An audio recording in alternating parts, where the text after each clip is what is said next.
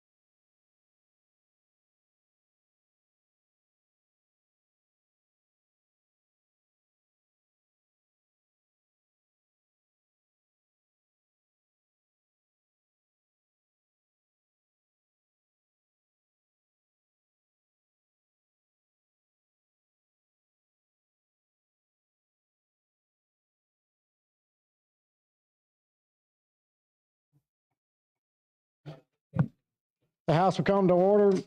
Members, our prayer today will be given by Dan Atchison, who is a River Chase campus pastor for Church of the Highlands. He is the guest of Representative Lee Hulsey.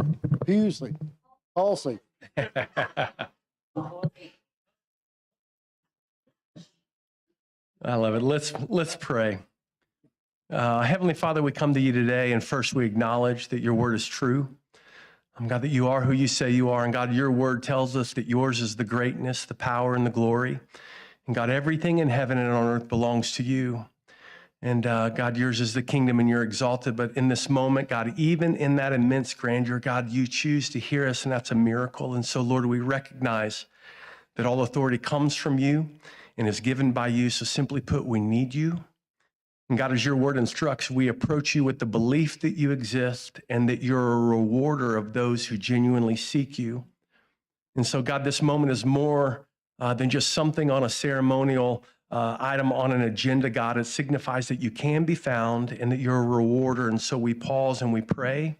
And God, first of all, I'm asking, Lord, that you would touch each person in this room individually, God, as people, God, that you would bless and assist in every area of their life, Lord, where they feel a gap, where they feel lack, God, that you would meet it, God, that you touch their marriages, that there would be joy and unity, that their children would be protected and covered, God. God, if anyone needs healing today, Lord, let it be so in their bodies, and that they would feel the strength of heaven coming upon them. But God, also we recognize that humbly that the gravity of the decisions made in this room, Lord, there's a holy fear and a desire to get it right. And so, God, we're asking for wisdom to govern. God, we readily admit we don't have all the answers or all the solutions. And so, God, I'm asking for guidance, Lord, for unity, for open minds.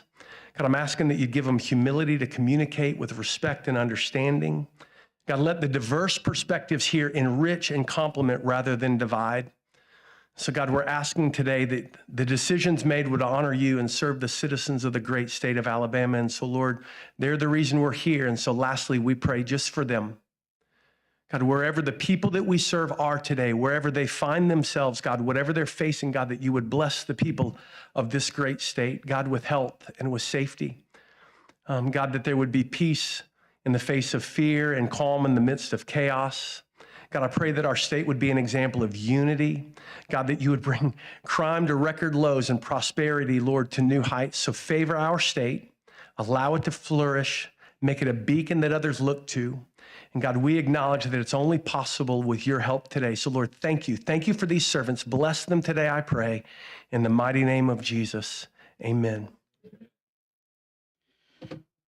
Members, today, okay, you are there. I was going to introduce you. Go ahead. Pledge allegiance. Thank you for the recognition.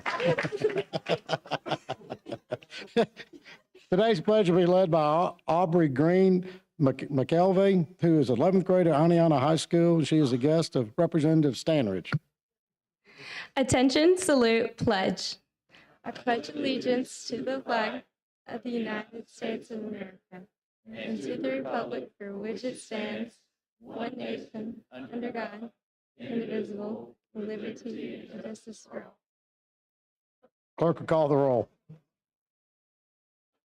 Mr. Speaker, Allman, Baker, Bedsoe, Blackshear, Bolton, Boyd, Bracey, Brown, Butler, Carnes, Chestnut, Clark, Klaus, Cole, Collins, Colvin, Crawford, Daniels, Drummond, Dubose, Easterbrook, Ellis, England, Ensler, Estes, Faulkner, Fiddler, Fincher, Fort, Garrett, Gidley, Gavan, Gibbons, Gray, Hall, Hammett, Harbison, Harrison, Hassel, Hill, Hulk, Jones, Hollis, Hulsey, Hurst, Ingram, Jackson, Jones, Keel, Kirkland, Kitchens, Lamb, Lawrence, Lee, Lipscomb, Lomax, Lovern, Marcus, McCampbell, McClammy, Mooney, Moore M, Moore P, Morris, Oliver, Paramore, Pascal, Pettis, Plump, Pringle, Rafferty, Ream, Reynolds, Rigsby, Robbins, Robertson, Rogers, Sellers, Sells, Shaver, Shaw, Shed,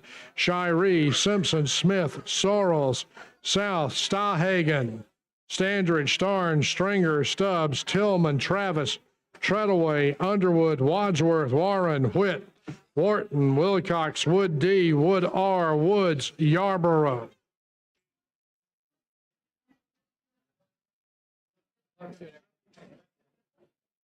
Seventy-nine members have answered the roll. A quorum is present. The House is ready to transact business. The chair recognizes the gentleman from Lee, Mr. Lovern. Thank you, Mr. Speaker. I move that the rules be suspended to allow commerce and small business and state government committees to meet while we're in session. All in favor of suspending the rules, allow these committee to meet, say aye. All opposed? The ayes have, and the rules are suspended for those committees to meet. Chair recognizes the gentleman from Lee, Chairman Lovern. Mr. Speaker, I request that leaves of absence be granted for absent members. Are there any objections? Hearing no objections, absent members are excused. The chair will further recognize the gentleman from Lee, Chairman Lovern. Mr. Speaker, I have a report. Clerk will see the report. House of Representatives, your Standing Committee on Rules begs leave to report that it has carefully examined the Journal of the House for the 21st legislative day and finds the same to be correct. Signed, Representative Joe Lovern, Chairman. Mr. Speaker, I move that the reading of the journal at length for the 21st legislative day be dispensed with. Are there any objections? Hearing no objections, the reading of the journal is dispensed with. The chair recognizes the gentleman from Lee, Mr. Lovern, for the purposes of making announcements. Mr. Speaker, I move that when we adjourn today, that we will leave the journal open to allow the clerk to complete the work and paperwork, and that we reconvene Thursday, May 18th at 9 a.m. All in favor say aye. All opposed? The ayes have it. The clerk will now receive reports from the standing committees and will receive those reports throughout the day. The House is now in position for the introduction of bills and resolutions. The House will now receive resolutions report from the Committee on Rules. The clerk will read the resolution. House Joint Resolution number 188 by Representative Jackson, commending Coach Carvel William Rawell Jr. for being inducted into the Thomasville High School Sports Hall of Fame. Senate Joint Resolution number 66 by Senator Allen, honoring the lifetime achievement of Mr. Darrell Booth. Senate Joint Resolution number 71 by Senator Barfoot, commending Carter Cattle Company for being named the 2022 National Environmental Stewardship Award Program winner. Move for adoption. All those in favor of adoption of the resolutions en masse say aye. All opposed say nay. The resolutions are adopted. The clerk will call the next resolution. Senate Joint Resolution number 61 by Senator Sessions, establishing the Joint Study Commission on Feral Swine in Alabama. Move for adoption. All those in favor of adopting SJR 61 say aye. All opposed?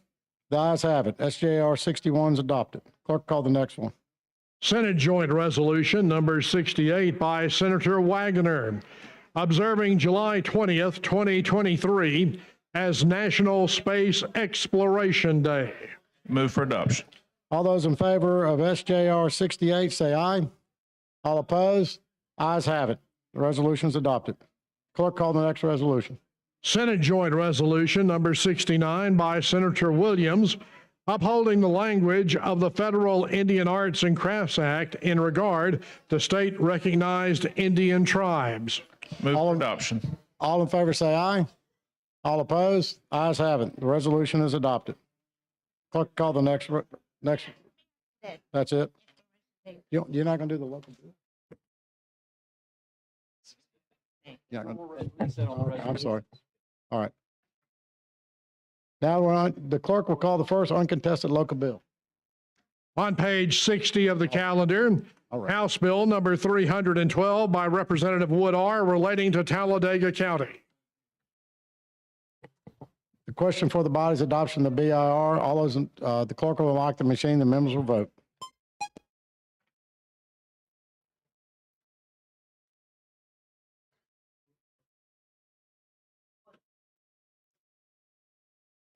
Clerk will lock the machine, record the vote. 59 ayes, 43 abstentions, 1 nay. BR is adopted.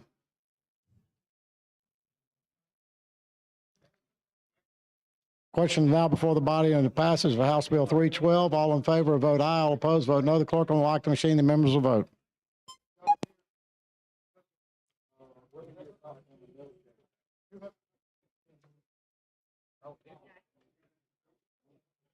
Clerk will lock the machine, record the vote. 10 yeas, 1 nay, 92 abstentions. The bill receives a favorable report.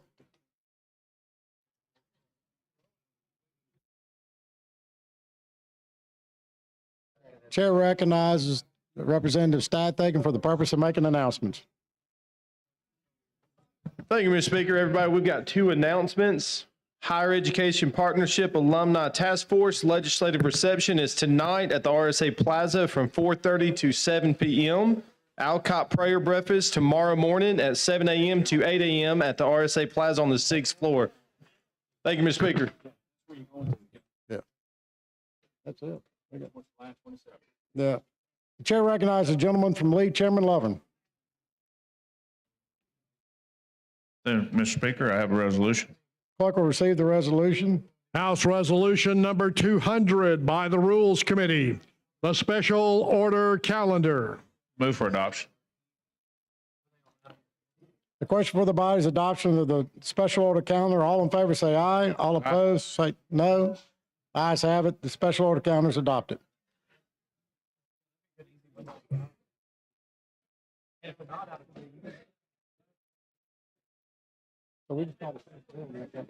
Clerk, call the first bill on the special order calendar.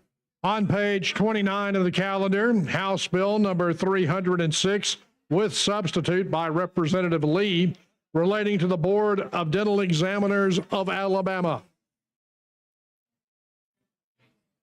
Chair recognizes the gentleman, Mr. Lee. Thank you, Mr. Speaker. Many of you last year remember the telehealth medicine or bill that we passed, and everyone in the state of Alabama supported this. We had some of those that was outside the state that did not. This is the very same thing dealing with teledentistry. It defines teledentistry and allows its regulation. The Regulation Board of Dental Examiners requires patients an in-person visit with a dentist before starting teledentistry orthodontic treatments and annually during the treatments. It establishes a licensed dentist of record for anyone that's doing this type of business over the internet. Mr. Speaker, I move for BIR. Chair recognizes the gentleman from Clark, Mr. Jackson.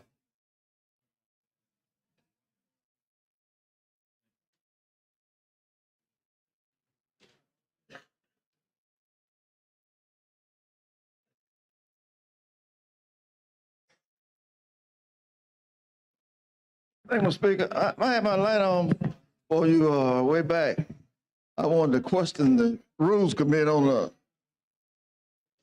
about the SJR, but I guess I was overlooked during that time. But I still got the question. I don't have anything against this bill. I'm for this bill. And I don't want to prolong the time, but I still want to get some information from the Rules Chair. As relates to SJR, he just passed SJR 69. I just wanted him to explain a little bit of that. That's all. Yeah. See what is happening. I got two resolutions and rules. And I just wanted the chairman of rules to explain in SJ 69 as it relates to Native Americans. Could he give us some simple explanations on the language in the Federal Indian Act? That's you can't help me. That's I want the rules chair to come and address this. I mean, I come into this chamber, I sit at my desk, I turn my light on. Right after the pledge. And I'm wondering, was it working? Does it work up there on the console? You know, and it's not just happening today. It happens just about every day.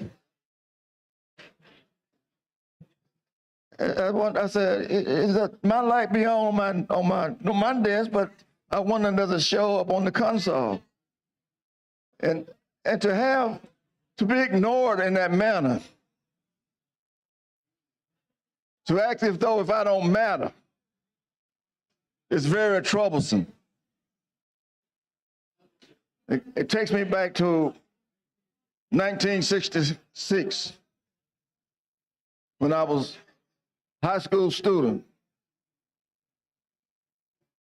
And we got out and demonstrated, integrated a lunch counter there in Thomasville. And several of our white business leaders in that town said to us, boy, this ain't nothing but mind over matter. I don't mind and you don't matter. And that takes me back there, Chairman Lee. Now I'm a grown, old guy now, and I follow the rules here.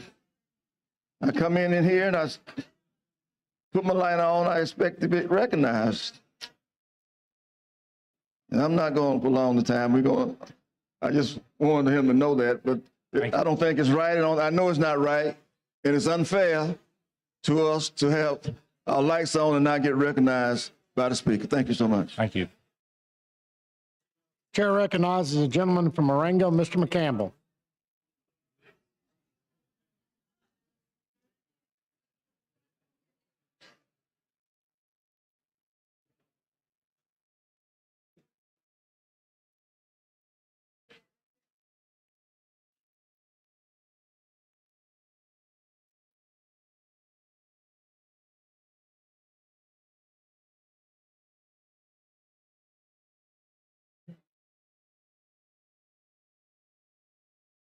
Thank you, Mr. Speaker, for the recognition. Will the gentleman yield? Yes, sir. If you will, and I understand this is about telemedicine, correct? Teledentistry. That's right. And if I understand it now, where will the people that's doing the observing and things of that nature be? Where will they actually be?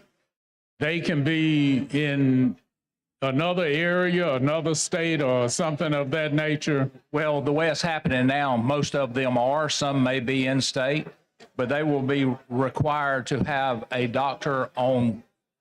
Let's see, a doctor. Right. And so that company would have a doctor, would contract with somebody. This is an example. Contract with somebody in different areas where these people could go and actually see them. A doctor of record. And I'm down here. I guess this is, I'm doing a little forerunning for a bill that I'm going to file. Do you know that the Dental Association has no reciprocity? No. Okay. And what come next year, and I've addressed them, and they've agreed to work with me on this particular bill. I found them to be very accommodating in realizing that there was an issue that we really needed to address, because in my area, it's a very underserved area when it comes to dentistry. I look at it's not just dentistry, but in the healthcare industry totally. So what we have is some philanthropy going on, where we have people that are willing to come in and do just general dental checks, over maybe twice a year. And but the problem has been is that they haven't been able to really do that and come in and do the pro bono work. So I've spoken with them, and they've agreed to work with me on this come next year. So it'll probably be in your committee, so I want to make sure you are aware of what we are going to be doing is trying to develop I guess, a guest worker license at that point in time. Very good. All right, Very thank you, good. sir. Yes, sir. Outstanding. Look forward to it. Question for the bodies on the adoption of the BIR. The clerk will unlock the machine. The members will vote.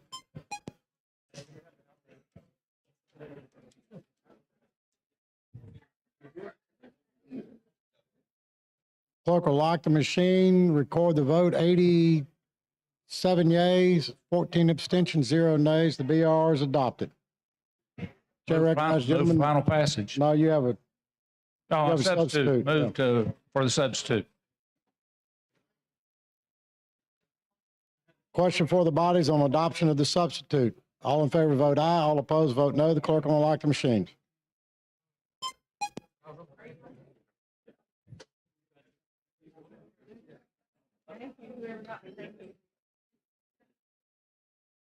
Clerk will lock the machine, record the vote. 84 yeas, 0 nays, and 16 abstentions.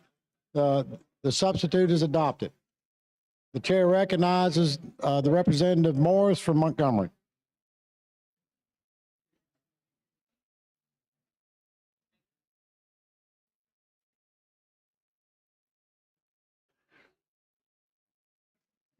With the gentleman here. Yes, ma'am. I was gonna say thank you, Mr. Speaker, but he always say we don't have to say it. So with the gentleman. Yes, ma'am. Yeah, so with your bill, is this like, if I decide I want to get braces, right? I had braces for a while, but if I decide I want to get get some braces, and I don't want to go into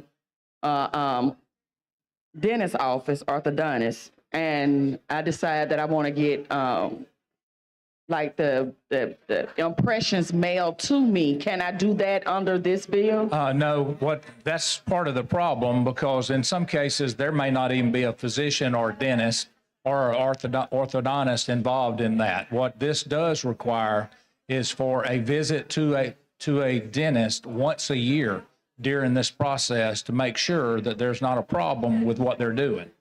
It is there are a lot of complications that could happen without someone actually seeing you face to face. And this also requires there to be a doctor involved in it from the business you're getting the mouthpiece from. So would it be, I guess, A dentist of record. like for me, but if I don't have, like, it's more convenient for me to do it through mail, but would it be like more feasible for you all to go after the people who are not actually dentists or orthodontists who are actually doing? Well, this eliminates them. If they're not willing to do this, then they can't do business. However, some cases they're already doing it. This will make sure that there is a licensed dentist of record, where when something happens or it goes bad, you wake up in the middle of the night with a migraine and you know there's some infection because of the movement of it, that you can call to go and see the next morning. But wouldn't that be a choice if I wanted to go to a dentist? Or if I'm just gonna have the impressions mailed to me for me to actually receive braces? I didn't understand the question. So wouldn't that be like a personal choice of mine if I decide that I want to? Did you hear that? I did. That means we need to speed this up. No, that's what that means. That sounds like something else going on, but but wouldn't that be like a personal choice if I decided that I wanted to actually get Well, I'll give you an example.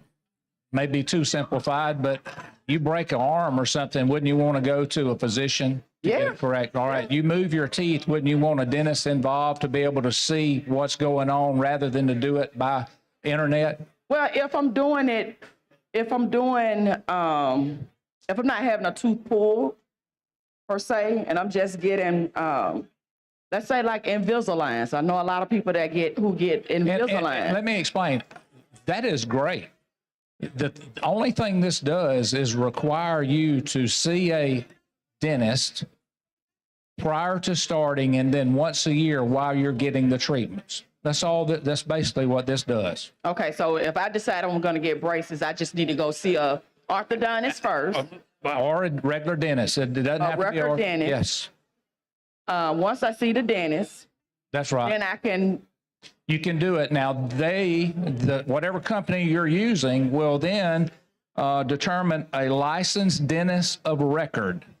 They will be responsible when the time comes, if the time were to ever come, whenever you had a problem with it. You know, you can just imagine things when you're moving things can get infected. It can cause headaches, migraines, all kind of problems. They're supposed to give you a dentist of record that you can call anytime, 24 hours a day, and get some kind of help. would that make the dentist of record responsible? The responsible one party? that's responsible will be the people that are providing you the mouthpiece. Okay, They're gonna contract with a dentist. okay, so they have to have a contract with a dentist.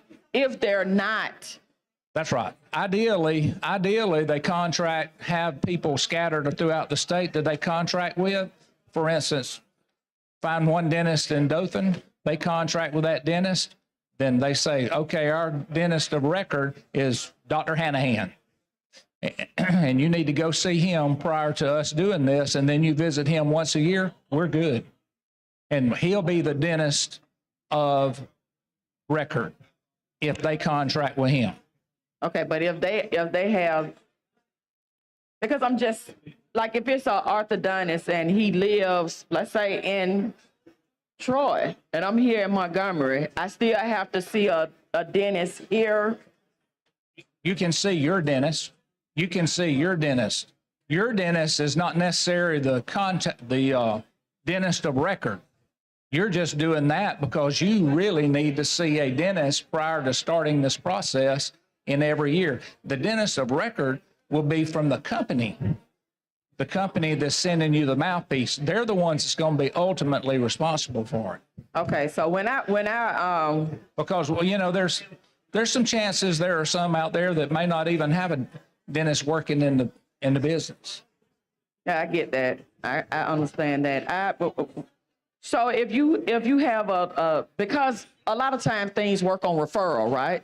So if you're gonna go to an orthodontist or oral surgeon or something like that, you got to have a referral from a dentist before you can You actually can go to a regular dentist. go in. But if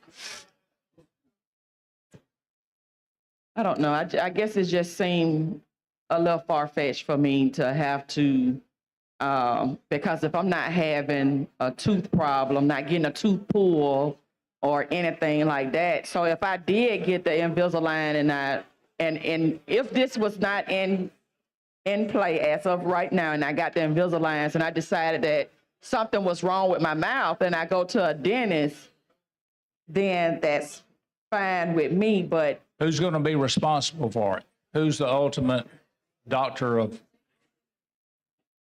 contact? But just like you just said, the person that actually provided the mouth guard is the person that's They should provide you a doctor of contact. I'll run this example. You have something go wrong. You would call that number and say, look, I have this problem. Ideally, they already have several that are, okay, you need to go see this physician. Or either they're going to tell you, I guess, go see your own doctor. But with you going at the beginning and throughout the year, that's what we're trying to prevent. Because there's so much damage that can be done and much, much more costly of repairing damage than going and buying the mouthpiece. The mouthpiece is just a small price. It's the part that could happen. I think there's about 77% of the dentists that did a survey, they've had people have to come in and they had to correct some of the stuff that was taking place with the mouthpiece. Oh, It's 77. pretty high. That's pretty high. Thank you. Yes, sir. Yes, ma'am. Chair recognizes Representative Tillman from Jefferson County.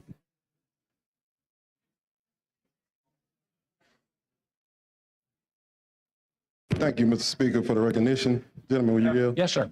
Let me ask you a few questions regarding free market. Will this bill interfere with free market, with free enterprise? Not to my knowledge. Not to your knowledge? No. So I has don't there see been- how it could. We're just trying to keep the patients safe. Matter of fact, this is a great market. It's a great opportunity. What this does is a safety for the patient.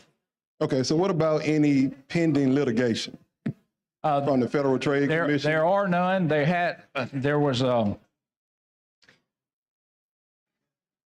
I would guess that you're talking about the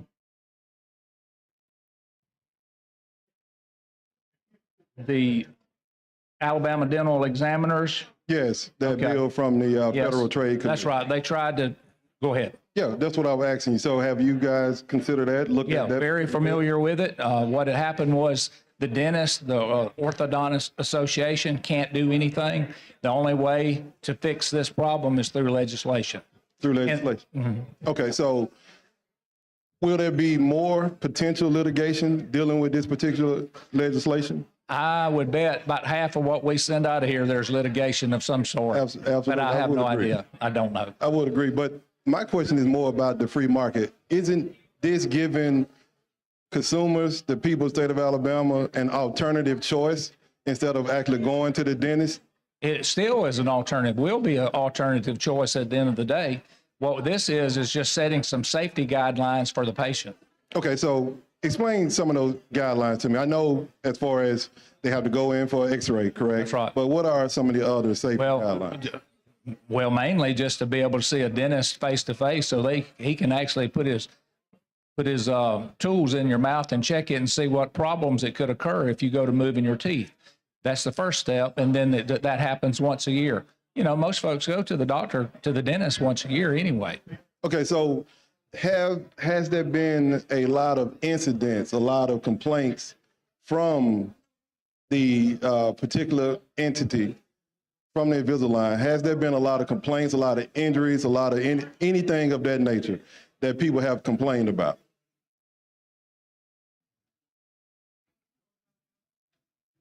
I have this for you. A survey by the American Association of Orthodontists found that 77% of orthodontists who responded has seen patients come into their offices for retreatment due to harm caused by mail order orthodontics.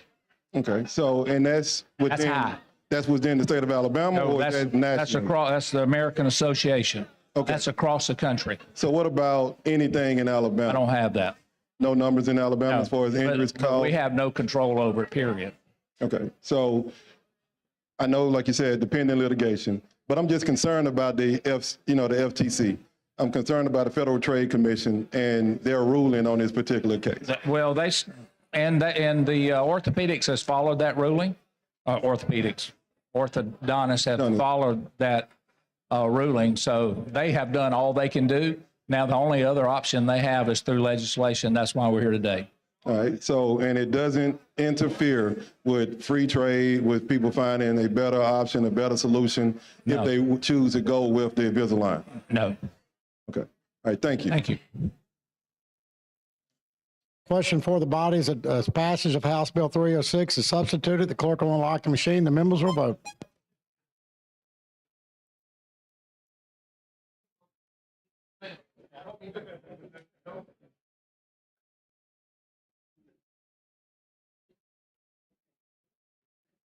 Clerk will lock the machine, record the vote, 77 yeas, 11 nays, and 15 abstentions.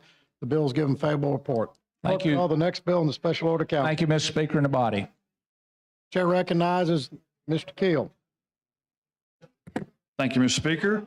This bill would provide a state income tax credit to individuals and businesses that make volunteer cash contributions to an eligible pregnancy crisis center. And Mr. Speaker, I move to be our. Chair recognizes the representative from Jefferson County, Hollis.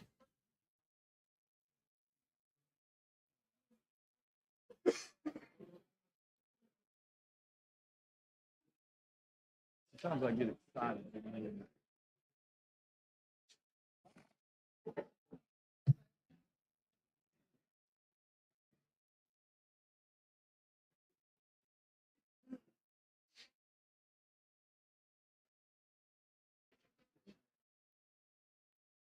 Thank you, Mr. Speaker.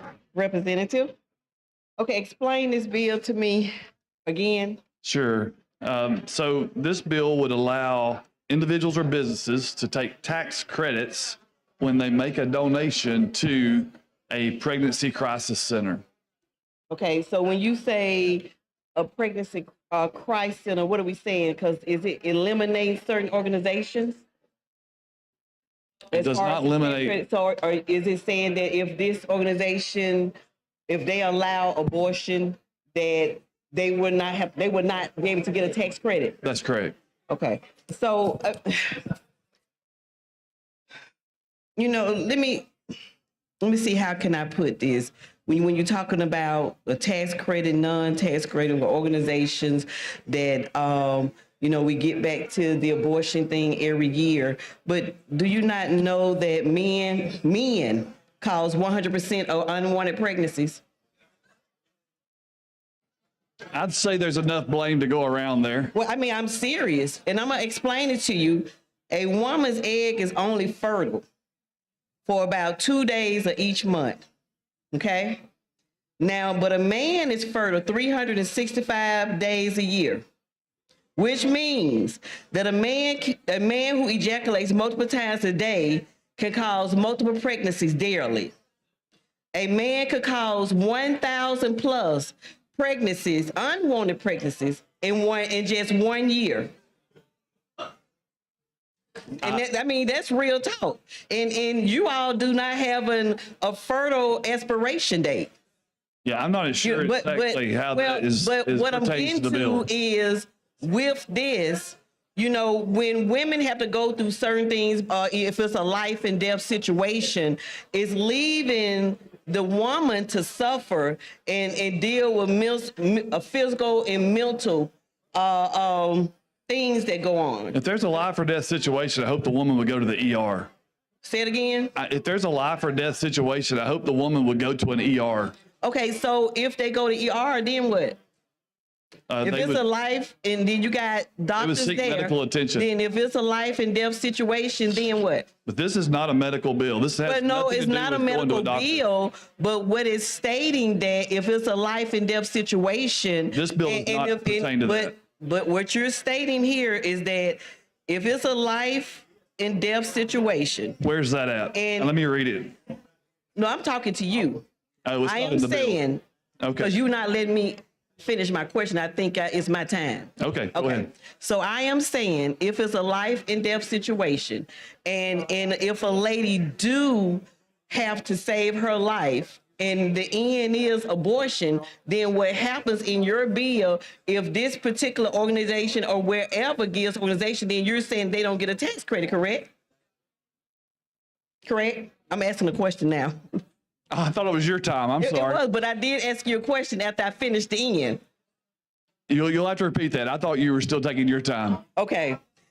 If it's a life and death situation, okay? The woman should go to an ER. Okay. And even if in the ER or wherever, and if it's to save a life and death, then if an organization wherever perform an abortion, then that particular organization does not get a tax credit, correct?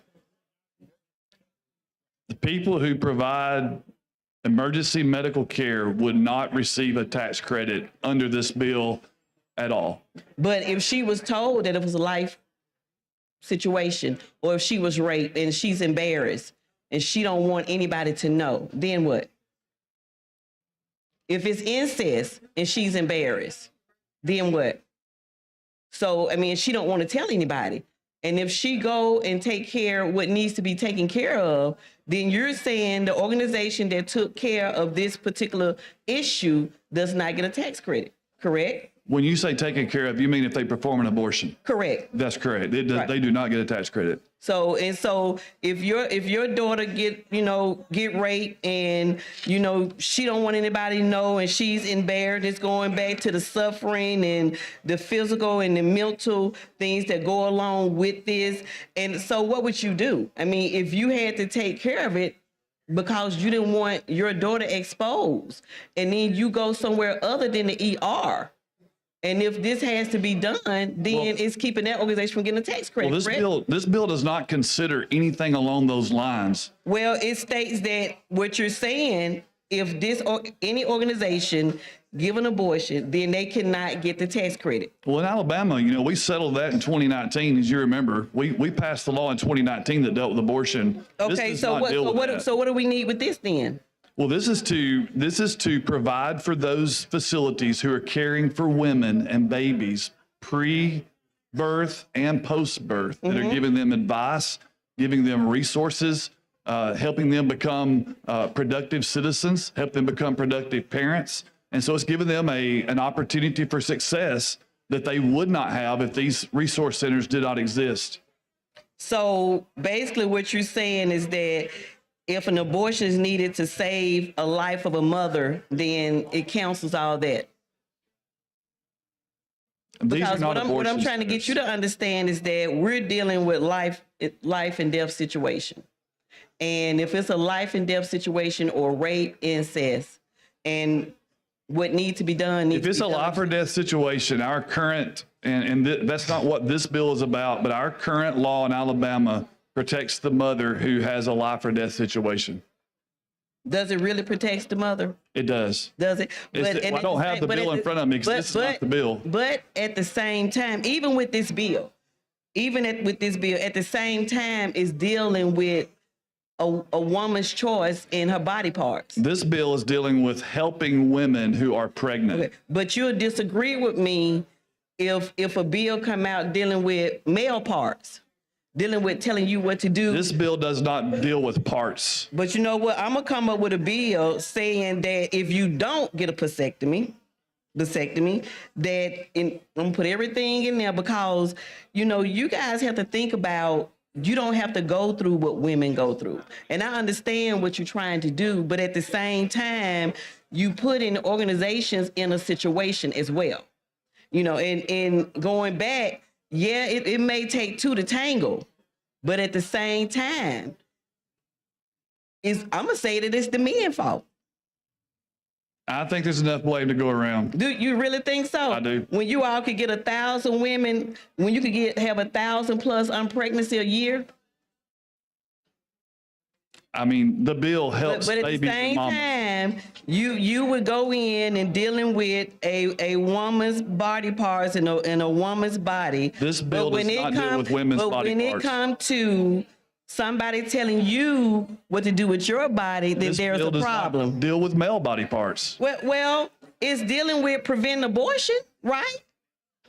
Sure, we want to save lives. Isn't that what it's dealing with? Preventing abortion. We want to save lives. But then if we're I hope not you want to save lives. But of course I do. I hope you want to prevent abortion. Of course I do. But at the same time, if it's rape and incest, or if it's a life and death situation, This bill does not I pertain have to that at all. met with quite a few gynecologists, and I have sat down and listened to the stories that they have from women being pregnant when the baby is deformed and has no structure at all, and it has already pretty much died inside.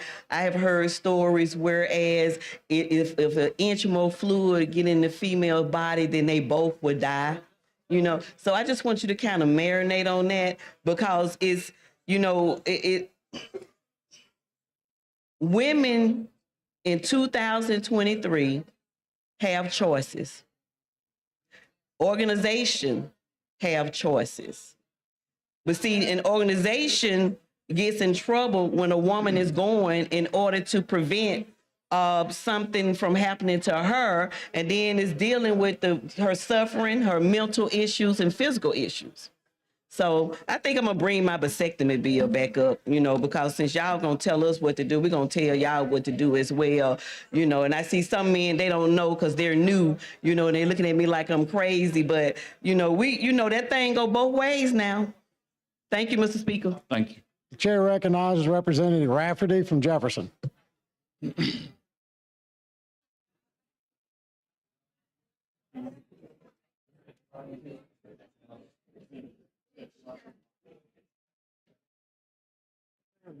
I'm good.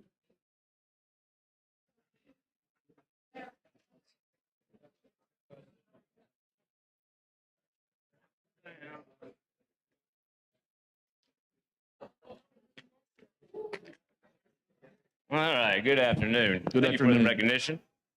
All right. So I just kind of want to follow up a little bit about what I think I was understanding the conversation between you and Representative Hollis there. But we were talking about protecting the mother. Can you talk about what do you mean by that, protecting the mother?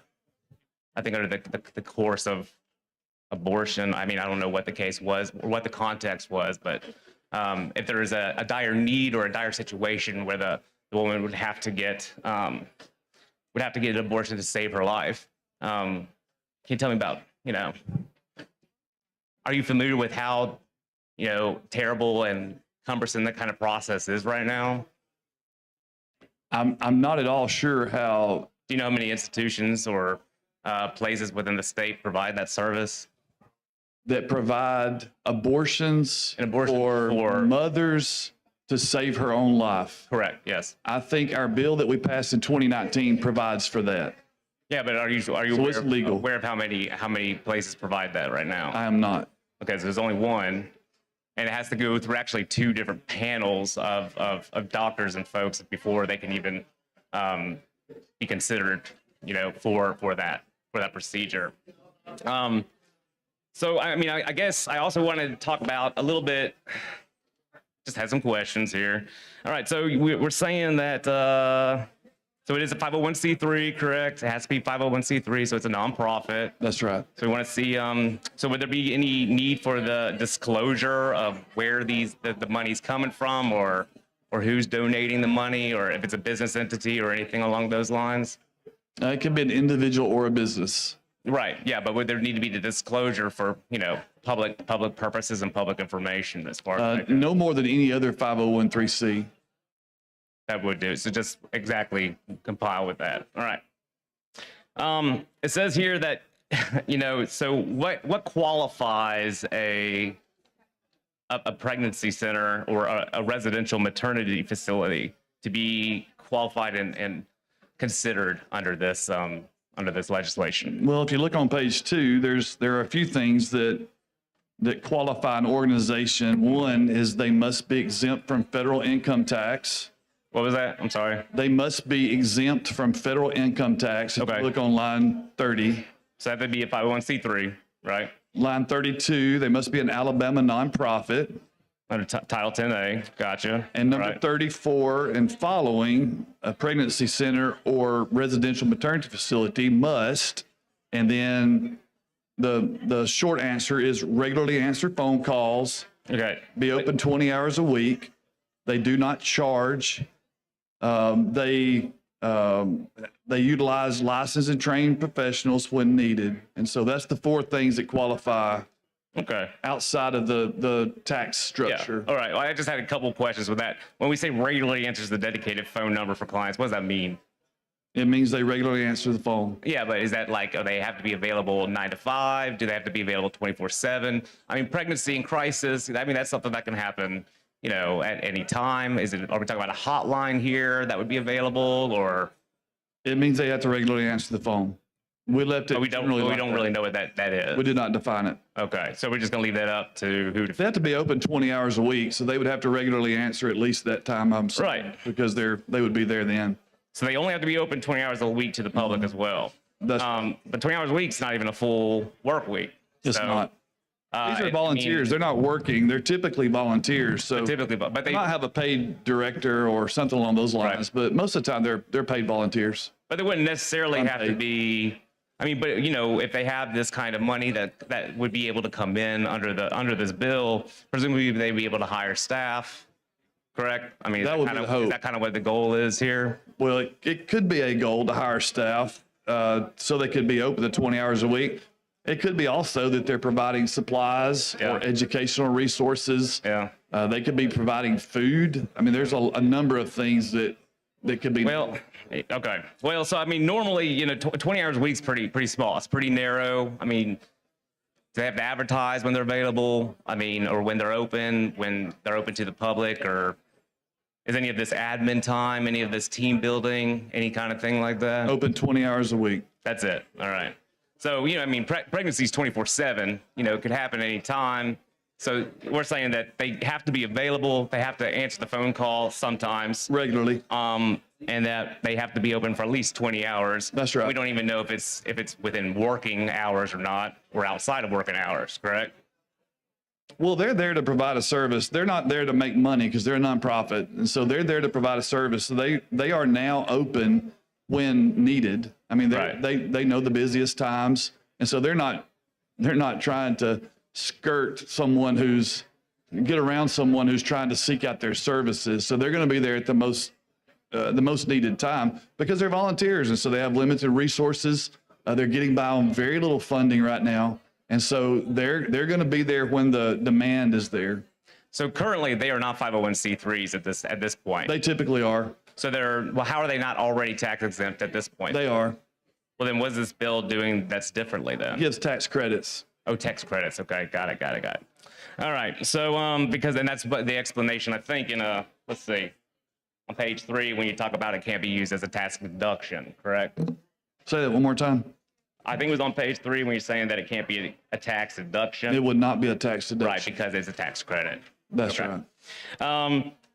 So, I think 20 hours is pretty narrow. There's a lot of crisis centers, rape response centers, those types of areas are usually available 24/7 for that kind of thing. That's the minimum. So they could be open that much. And they're working on on the same kind of grants and nonprofit funding and which isn't easy. It's not easy to come by, but they somehow manage to staff and be available to the clientele 24/7. So I'd be interested to see if that would be something that could happen here. So let's see. So the other services at no cost to the client for the express purpose of providing assistance to women in order to carry the pregnancy to term, encourage parenting or adoption, prevent abortion, and promote healthy childbirth. So what are some of these things that would be promoting the healthy childbirth at this point?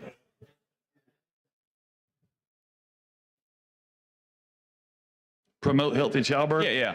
Or just healthy living. Like, Well, that would be prenatal do they type provide care. It would- services after the child's born to help Yeah. with transportation, child care services? So it would be, currently, it would be largely educational about how to best care for a child. Prenatal needs and postnatal needs. And postnatal needs. Once the child is born. Yeah, absolutely. That's the reason we put in there that it encourages parenting or adoption, so that if the service, if the mother cannot or will not care for the child, that adoption would be available, that those resources would be available. But the healthy childbirth part is, to be able to give the mother knowledge about how to best care for the child and best care for herself. Sure. Well, I mean, knowledge is one thing, but then having the resources to do it is something else. That's the reason we're passing this bill, is to give resources. Well, you got to have those. I mean, you got to have resources after the child's born too. The mom, if that mother needs to work, she's going to need childcare. Absolutely. And we're saying that kind of thing could be incorporated into these centers as well. It could be. Do you typically see that they provide post-birth kind of services and that kind of thing? What kind of service? Oh, well, like post-birth, like after the child's born, like Sure. are they provide Yeah, they do that currently. after that? Yeah, they provide those resources currently. This will just allow them to expand that. Okay. Also, let's see, on 46 and 47 there, I'm talking about licensed medical professionals to perform available medical procedures. What could that be like? Well, there's typically the only thing that might be considered a medical procedure at a pregnancy crisis center would be a sonogram, and it's licensed sonography, a professional that would do that. Yeah. Outside of that, there's no doctors there. There's typically no nurses. There's nothing like that. So it's not a medical facility in the traditional sense, but they will sometimes have a sonogram machine that will allow them to look at the child or whatever. Right. Okay. So that's the kind of procedure we're talking about here. That's right. Would it be a physician that would be there to be able to interpret the results? Gentleman's time has expired. The chair now recognizes Representative Shaver from Cherokee County.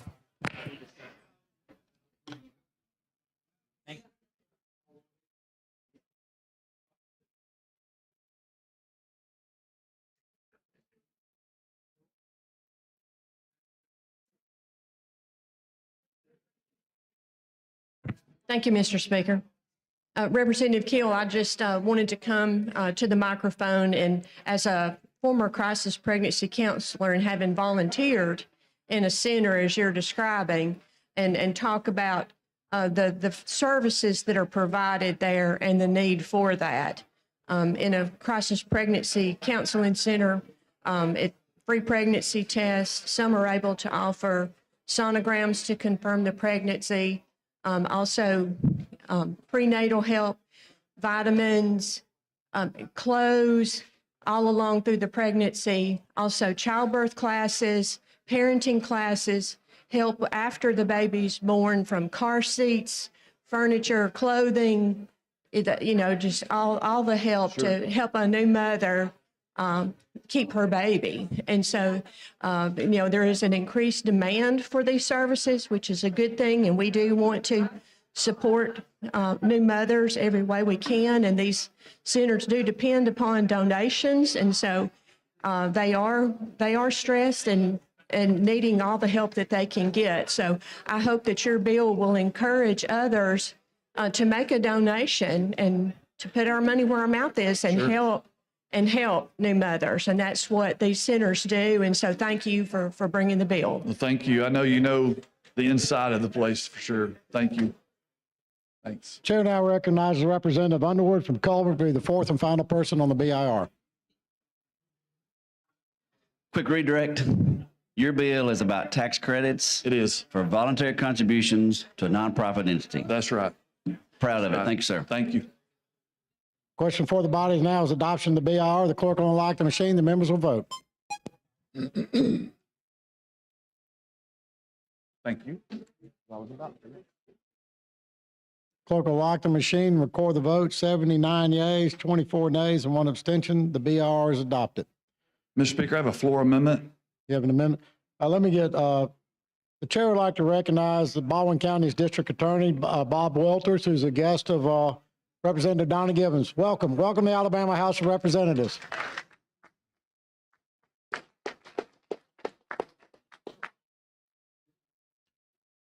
Clerk will receive the amendment.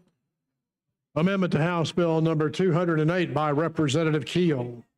This amendment simply on line 7 and on line 61 takes out the word cash. And so what it does is it allows any kind of contribution, not just cash contributions. Move for adoption of the amendment. Well, we have a couple lights. The chair recognizes Representative Warren from Macon.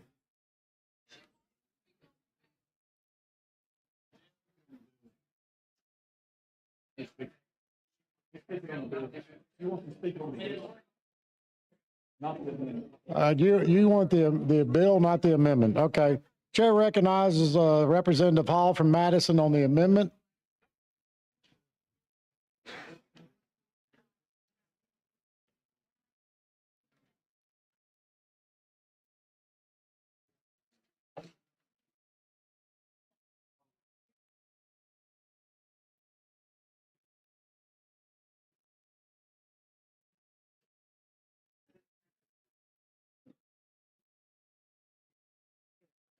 Okay.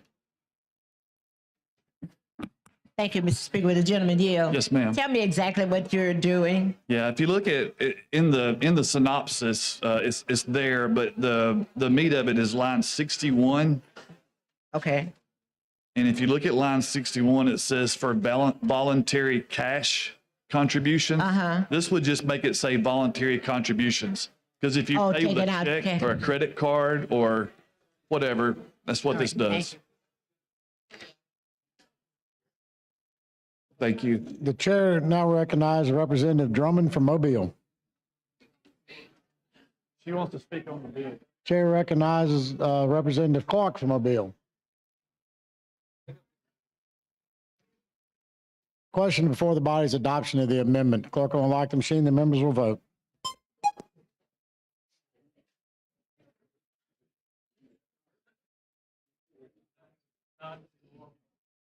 Clerk will lock the machine, record the vote. 78 yeas, 22 nays, 2 abstentions. The amendment is adopted. Mr. Speaker, I move final passage. Wait a minute, we have a few lights. The chair recognizes Representative Rogers from Jefferson.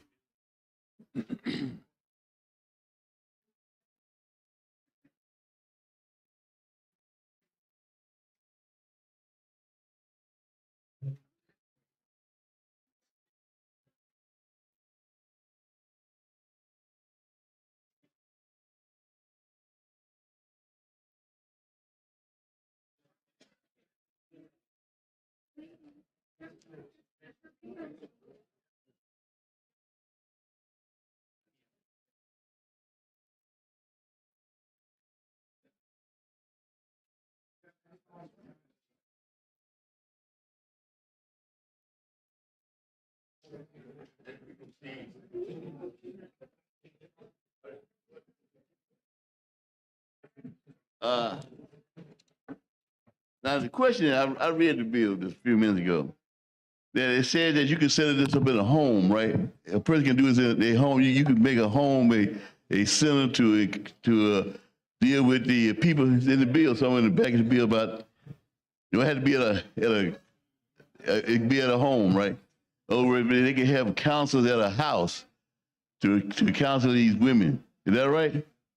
This is not tied to a location. It's tied to an organization. But the organization could be in a house. Well, we explain the bill. It could be in a house. In other words, if you got a home, could be your house, and you want to set it up as a center, you get monetary tax exemption for doing it at your house. Well, these centers are qualified through the government. I mean, the United States government, the IRS, the state. That's on page. If you look, it's on page 2, and the pregnancy center. It has, the IRS, the state certifies it, and then it has to have a physical office, clinic, or residential home. It has to be open. Hey, start right there. Thank you. It could be a residential home. It could if it was open for the public for 20 hours a week. Yeah, so 20 hours a week, that's 20 hours a week. That's about a day and a half, right? If you operate day and night, that's a day and a half. And they provide counseling to these folks against if they got a problem with their pregnancy. Say for instance, if the pregnancy ain't gonna have a problem, like they might have a medical problem with the pregnancy. You don't go to these centers for medical problems. You go to a medical facility for medical problems. So you wouldn't do that. I know, but really, what the bill really does is you get for a cash donation to your house. Anybody at the house, they want to say, I want to see 3 or 4 women a week. And we're going to stay open for 2 days. Counsel these women against against abortion. That's where I'm. In other words, they can get say 2 days a week. We're going to bring in, we're going to have 5 women, 10 women. And while they're 2 days, we're going to counsel them against having an abortion. Only if you give the money to that center. They're not taking state money. They're getting the person who donates the money is getting a tax credit. Hey, it's donations. I see where it's donations. In other words, right. It's not the money that come from. It's come from individual. Suppose You the can church donate it to anybody you want to. I'll just give you an idea. Suppose the church, as opposed to abortion, want to counsel some women against having an abortion, irregardless of whether or not it cause the death of the woman or she been raped or sodomized by her father, and she might want to get abortion because the family don't want the scandal, all right? Or the baby might be a full-term baby, but they can counsel that woman against going ahead and getting that taken care of, even though the baby's gonna have some abnormalities. So all I gotta do is stay open 2 days a week at a home. Anybody, a private person. It means that you can set up this kind of counseling center in a home and ask folks to give you cash money. And It's not a private person, though. This is a federal tax exempt organization. It has to be an Alabama nonprofit. So it's not just an individual. I can't just give you money and take a tax credit on it. In your bill, it says at a home. They can operate at a home. At a home. So at a home, I'm thinking about it. Don't be far-fetched. I'm thinking about a home. If I want to have a counsel in at home against abortion, all I gotta do is stay open 2 days a week.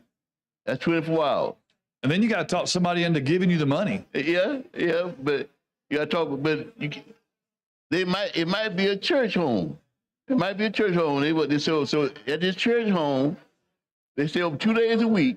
At a church home. Hey, you can call it what you want to call a church home. It could be a Catholic church. It could be a Protestant church, a Baptist church, anyway. But they can, at that time, counsel these women against having an abortion, can't you? They can. I hope they would. I know you do. I know you do. You get what I'm trying to get you. Hey, nobody said nobody. I hope you would counsel them against. Nobody said you couldn't see where I'm going. You see exactly where I'm going. I hope you would counsel against them. I would. Well, I think you would. Hey, you know what? If a baby gonna be born something wrong with it, and if a mother God loves the babies that's something wrong with them, just like He does a baby that's not. I know that. I don't really know how you identify a baby that's something wrong with them. All of us got a little something wrong with us. When they have these counselings, suppose the child is gonna be born no arm, no legs, no brain. Most doctors will advise that woman, I think we need to terminate your pregnancy. Because in fact, this child, this is going to be a bad birth. And I think that we need to try to do something to save you. And a lot of folks will listen to the doctor. Everybody heard them, but you don't want a child to be born here with no brain, no malformed, no brain, no arm, no leg, no life. Well, the doctor would say, we need to terminate. I think you need a good doctor would say you need to may want to terminate this pregnancy because of the fact that you're not going to have a normal child.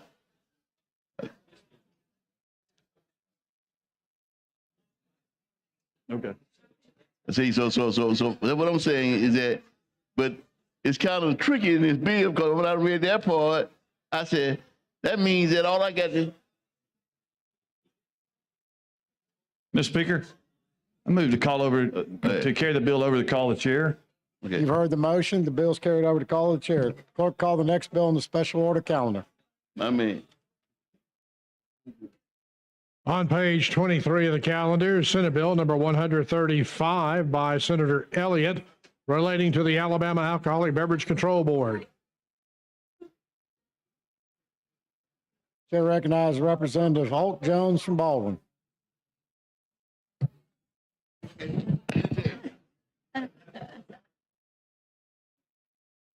Thank you, Mr.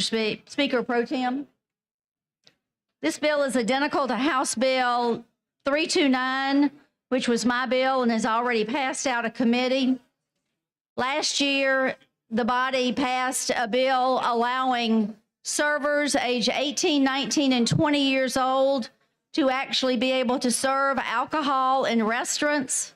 There are actually two different types alcohol ABC board license. You have a regular restaurant license and you have a specialty license. The specialty license is used in a hotel or a large facility where they have several distribution points. This bill would allow those servers age 18, 19, and 20 to serve, not mix, but serve.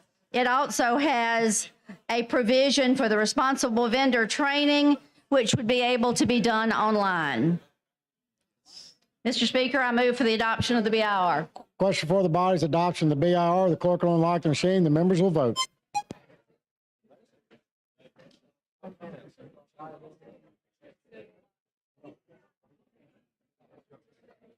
Have all the members voted? Clerk will lock the machine, record the votes. 92 ayes, 1 nay, 7 abstentions. The BIR is adopted. Thank you, Mr. Speaker. If no questions. Question for the body now is final passage of SB 135. The clerk will unlock the machine. The members will vote.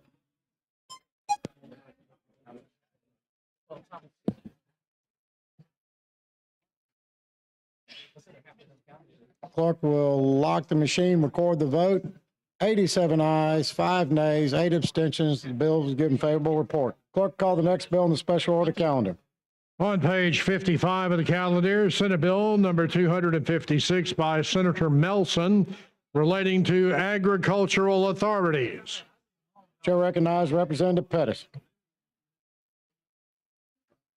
Thank you, Mr. Speaker. What this bill does, it authorizes a local delegation that lives in the county that has an agricultural authority to move TVA in lieu of tax money to the agricultural authority. That asks for the BIR. Chair recognizes a representative from Madison, Ms. Hall.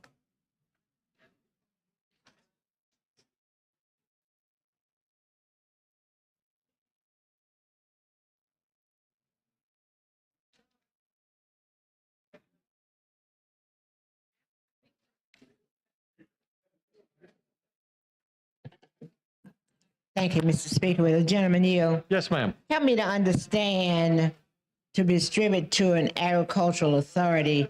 Give me an example of what you're talking about. Under state law, you can set up an agricultural authority. And in Lauderdale County, we set up one. There's some other ones in different counties. It just says you can use TVA money to help fund the agricultural authority. So it's an organization, is it profit, non-profit, is it for profit? It's a nonprofit. It's a non-profit. Well, yes, technically, yes. What do you mean technically? It's not a 501c, but it's not set up to make profit.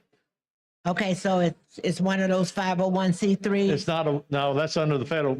It's not a 501c3, but it does public and private funding to fund it. And I'm not opposed to it. I'm just trying to understand, because I'm aware of the TVA money. So I'm trying to understand that the monies that come to your delegation that you are able to use throughout the district, why it's necessary to use, why is it necessary for a bill? I guess that's where I am. It's authorizing us to do it. You have to have authority to move the money from the TVA tax. Because so this is in addition to the bill that you passed earlier to allow you to distribute those dollars. You need an additional Yes, this is to say we can move it around, yes. So presently, how are those dollars spent? Well, it's set up by a formula that Representative Lee and Greer set up for years ago. Okay. And this says in our delegation that live in the county, we can move the money. If the delegation lives in the county wants to move it to the Ag Authority, they have authority to do that. Okay, so it's set up pretty much like Madison County. You, based on your population, you're allocated so many dollars over that particular year. Yes, ma'am. And we have certain things in that bill like highways or things like that. But I didn't know you had to have another bill to cover anything other than that. Well, if it's not, everybody has a different, the way the TVA is set up. Okay. This is not in ours now, so this is authorizing us to do it. So if I'm looking at your bill, is this bill, so from what I look at this bill, it doesn't spell out the rest of your responsibilities or your allocations. No, not changing any of that. All right, thank you. Chair recognizes Representative Moore from Jefferson on the BIR. Thank you.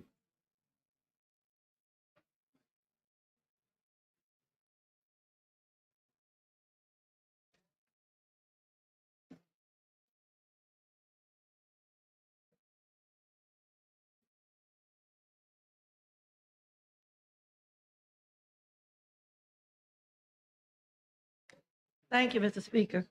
My concern is when you say relating to any county where an agricultural authority has been incorporated. But suppose that county does not have anything to do with TVA. It wouldn't affect them. But you say any, you don't make any restriction. You say any county where an agricultural authority has been incorporated. For the purpose of the Tennessee Valley Authority in lieu of tax.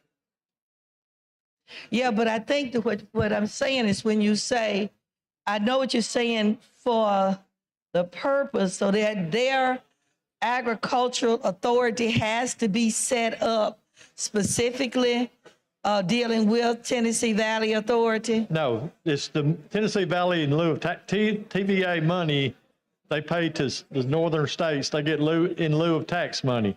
But the authority has to have some type of relationship to the Tennessee Valley anyway, because I'm sure we have agriculture authorities throughout the state that doesn't have, some don't have any association with the Tennessee Valley Authority anyway. So these are only the ones that's probably in North Alabama that does have a relationship some relationship Any county that has the TVA, yes. that has the TVA. Yes, ma'am. Okay, because I didn't get that clarity out of just reading it. Yes. Okay. Thank you. Question for the body now is adoption of the BIR. The clerk will unlock the machine as the members will vote.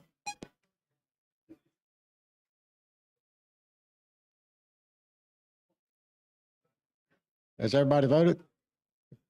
Clerk will lock the machine, record the vote. 88 yeas, 0 nays, 6 abstentions. The BIR is adopted. Question now before the body is the final passage of Senate Bill 256. Clerk will unlock the machines. The members will vote. I already started.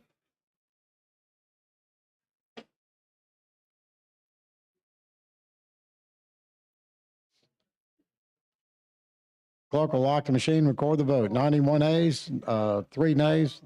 Bill's passed. Clerk, call the next bill in the special order calendar. On page 44 of the calendar, House Bill number 392 by Representative Allman, relating to firearms.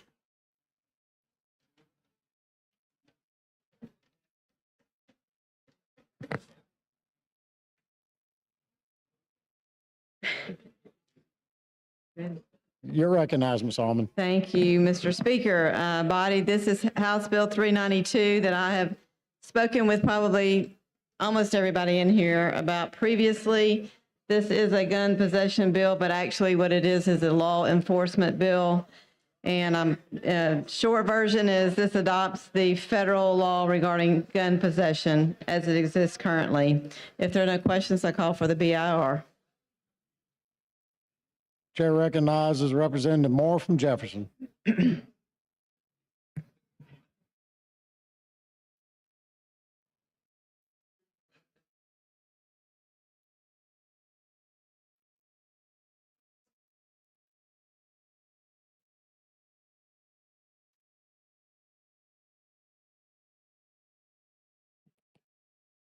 Thank you, Mr. Speaker.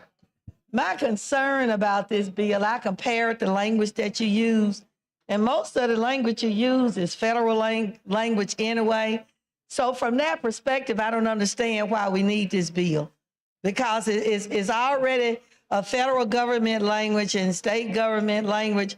So I just explain to me why you think we need to be redundant in passing this bill.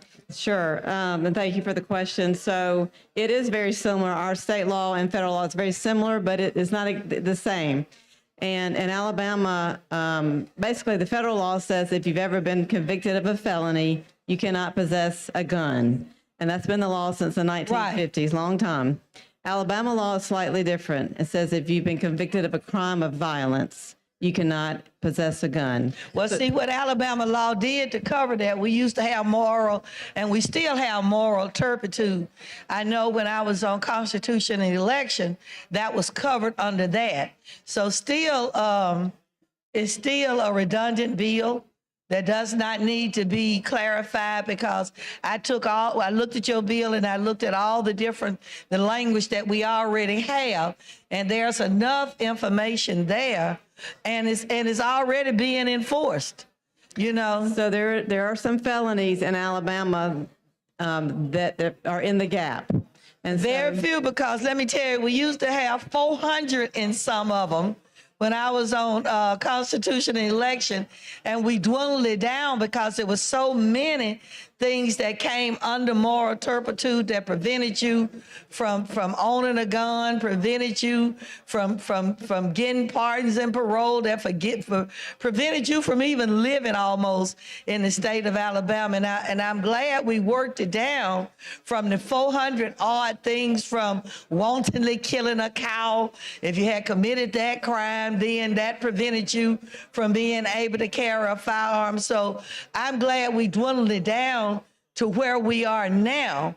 But still, when I looked at your language and even looked at the federal language and the state language, it still appears that we still have it covered where it can be enforceable, and that we got a whole lot of other bills, like one that I dropped that talked about these AR-15 that actually destroy these babies when they are shot with an AR-15, it destroys their whole bodies till you can't identify them unless you use DNA. I think that we have to go forth with that instead of a bill that's already been codified both nationally and statewide, till we passed enough laws that will cover what you're trying to do. And we ought to be focused on true protection that we could put in place to prevent our families and our children from being attacked as they regularly are attacked with AR-15 rifles and with so many other attachments they can put to guns that do the rapid firing. I think those are the issues that we need to talk about. I'm not going to use up much more of my time because I know we'll vote on it.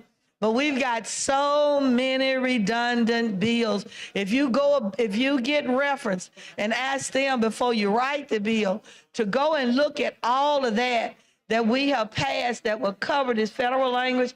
And I think someone has done a research paper that they have given to us where we could go through there. And when I saw your bill, I decided to go and look to compare the language, both state language and federal language, to see if we were that far off base from what you were trying to do. And it doesn't seem as though we have enough in place now that would carry out your goals already on the book. So thank you for listening.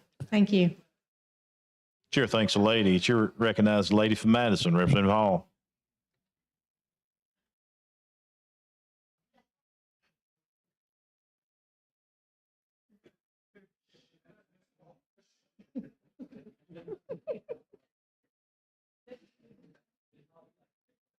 That's right. E.F. Hutton Hall. Thank you, Mr. Speaker. With the lady yield.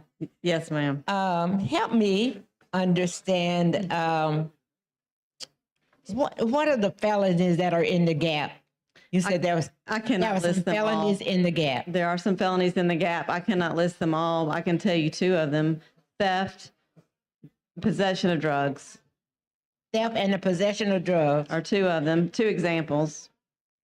And the impact of this bill on theft and possession of drugs, what would it do? No impact on that. All that stays the same. The impact is with our law enforcement. So right now, if they arrest somebody who is in possession of a gun and has a felony conviction of theft, they go and they run them in our now prohibited persons database, which we now have, and they can see they are not allowed by law to have that gun.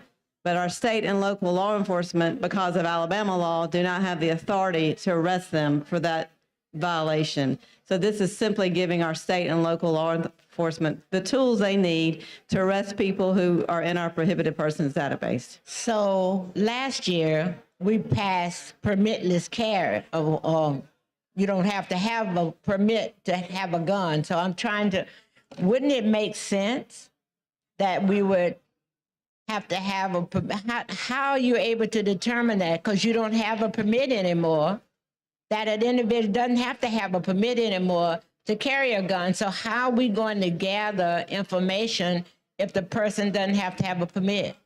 Well, they are already in our prohibited persons database if they have been convicted of a felony. But up until the bill that we passed, the rest of the people today, they don't, what I'm trying to do is process that we have what is called, you don't have to have a permit to have a gun.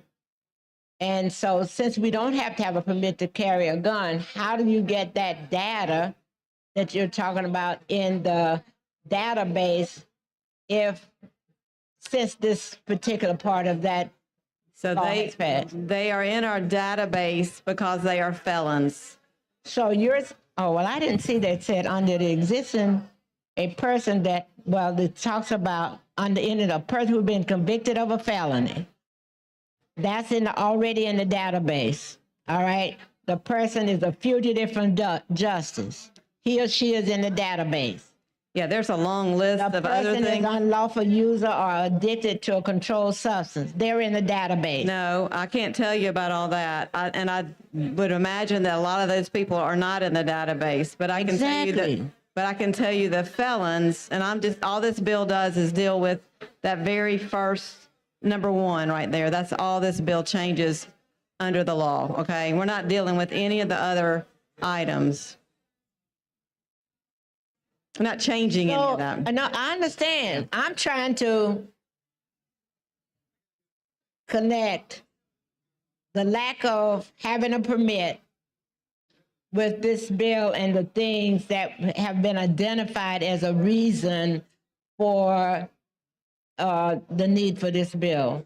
And so you have all of these things, and I'm saying up until last year, where we had to have a permit, it seems like that would have covered much of what you're talking about. If it were a pistol, first of all, they would not have been able to get a permit if they had that felony when they applied for the, but let's say they already had the gun and then they were convicted of a felony, you know, then they would not be able to get their permit, and we would have been able to ask for the permit if it's a pistol, okay? Exactly. We're not doing that now. We have a prohibited persons database, and those people are in our database, so we can see that they're not allowed to have a gun, but we can't arrest them. So the prohibited individuals in the database will not be inclusive, all inclusive, based on the way I process what we did.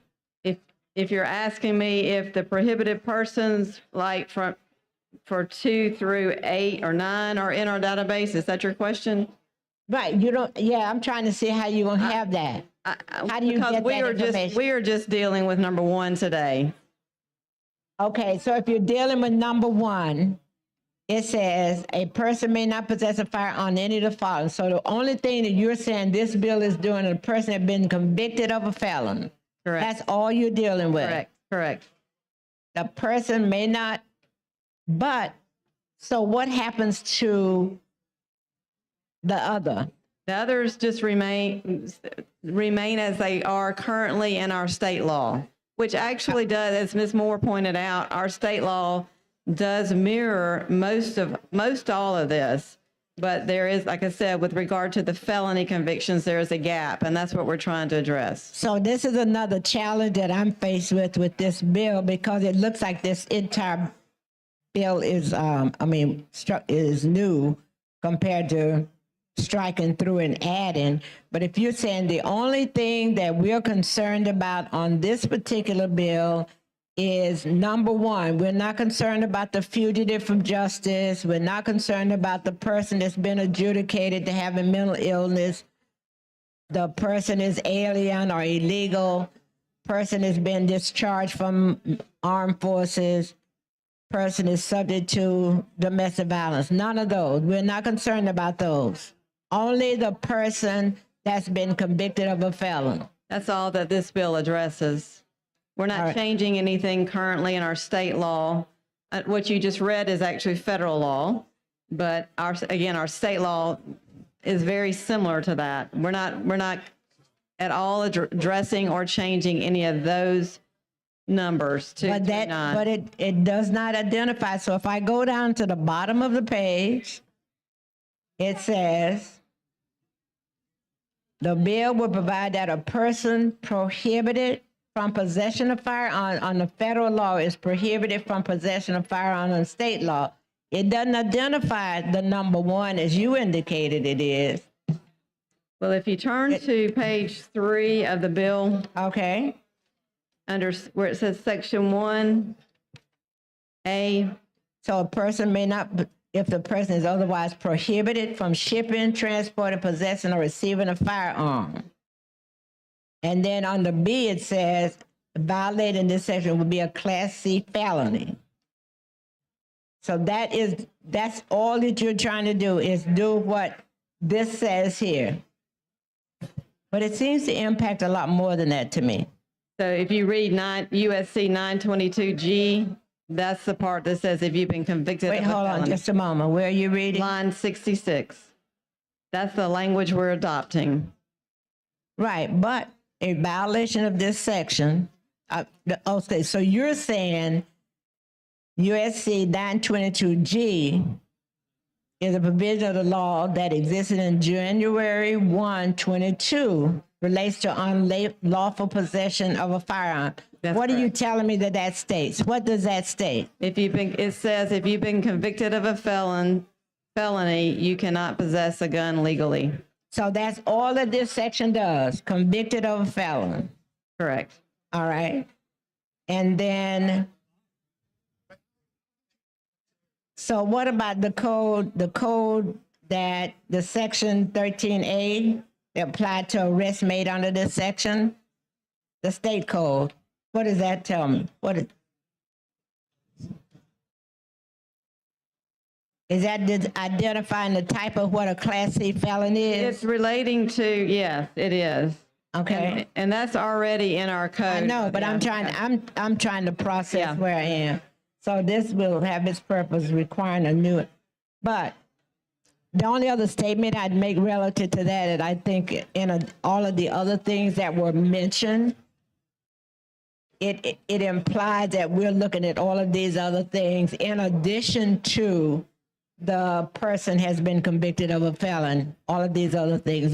That's my concern. Thank you. Sure, I can understand. Thank you. Chair thanks the lady. Chair recognizes the gentleman from Coleman, Representative Harbison. Be the third person on the BR.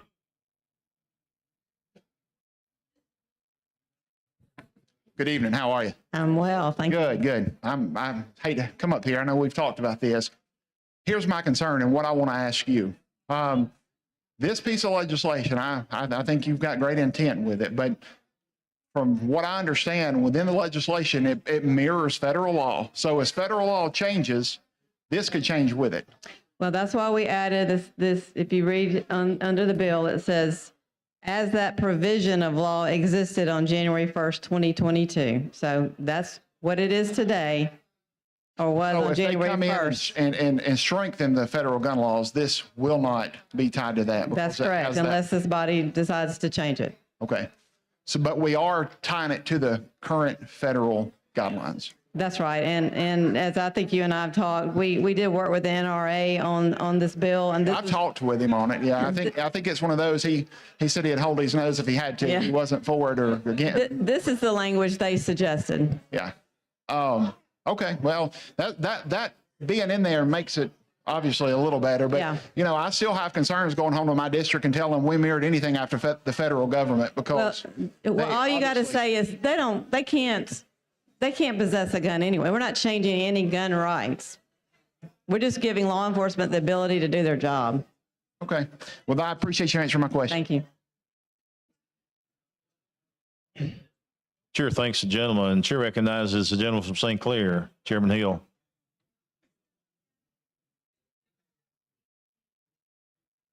Fourth person to speak on the BR.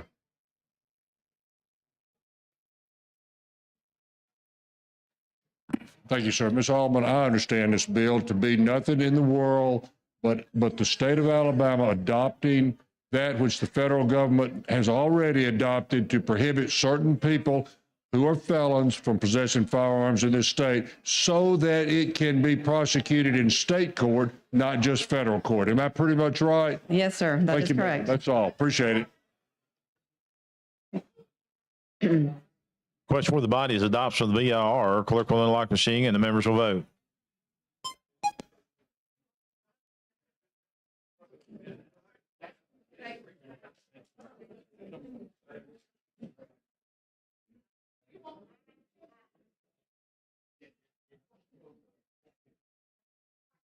Clerk will lock machine, record the vote, 64 ayes, 33 nays. The BR has passed. Representative. Mr. Speaker, I call for final passage. Chair recognizes the gentleman from Baldwin, Chairman Simpson. Thank you, Mr. Speaker, for the recognition. I wanted to come down here and I talked with some members privately on the side, and I think there was some, I'm not going to say the word clarity because I don't see everybody here today, but I kind of want to provide it an opportunity for people to understand what's going on.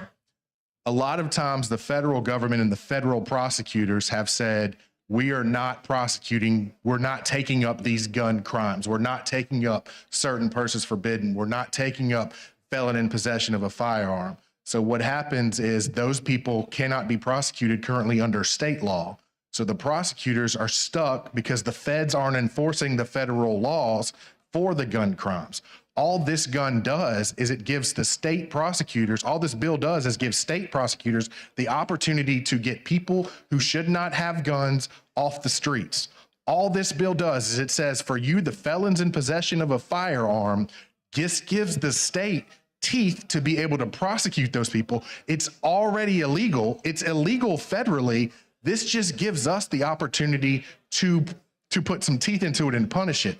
This bill is supported by, I've talked to the NRA about this bill. This bill is supported by the prosecutors. This bill is supported. This is a pro Second Amendment and a pro law enforcement bill. This is not infringing on your rights. This isn't coming after anything. This is just giving the state prosecutors the opportunity to enforce the law and put teeth in the law to make our streets safe. So thank you for bringing this bill. Thank you very much for that clarification. Chair, You're thanks, exactly right. gentlemen. Chair recognizes the gentleman from Dallas, Representative Chesson. Does the gentlelady yield? Yes. Okay, so with this bill, what you're doing is basically you're tracking the federal law, right? Correct. Okay, and in tracking the federal law, you are now supplying prosecutors on the state level to be able to take what was once just merely a federal crime with enhancements and now deal with it on the state level. So, well, yes or no? Well, not really. It's already against our state law because it's against federal law. So we're not changing any rights, just to be clear, but we are allowing our law enforcement to be able, and our prosecutors to be able to prosecute these cases, law enforcement to be able to make the arrests that they need to make on the scene.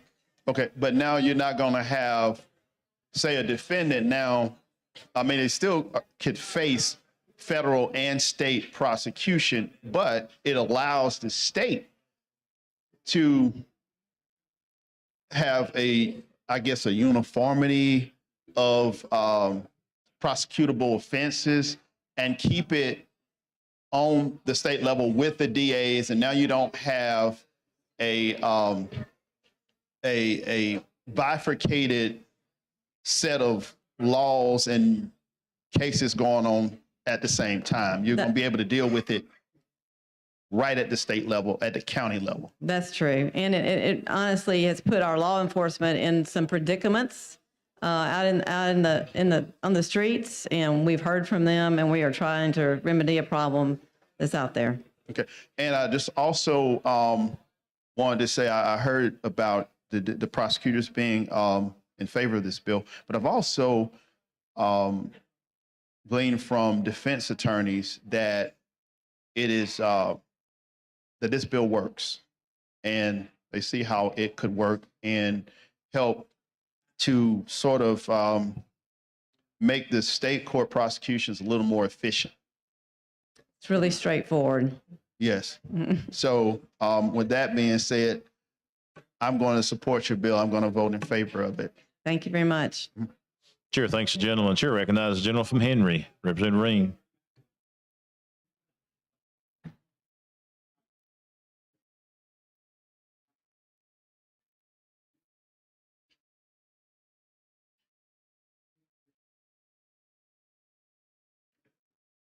Mr. Speaker, thank you for the recognition. Has any, like the NRA or any Alabama gun rights organization endorsed this? So as I said from the beginning, we work with the NRA on this bill, and they're the ones that suggested that we just adopt this federal language just like it is, like we have it in the bill. And so, yes, they have reviewed it and signed off on it. So if there's a scenario I was thinking of, say you have, and believe me, you would have heard, you would have heard by now if there were large oppositions against it. so say we have a situation like a lady in her 70s who was convicted in her early 20s of a felony, say embezzlement, nonviolent crime. And then later, because of the situation, she felt she needed to protect herself and exercise her God-given right to self-defense. Right now, that would be a federal crime for her to possess a firearm. A federal crime? Yes. Under the current system? Yes. Right now, that would not be a crime for state law, for the state of Alabama, correct?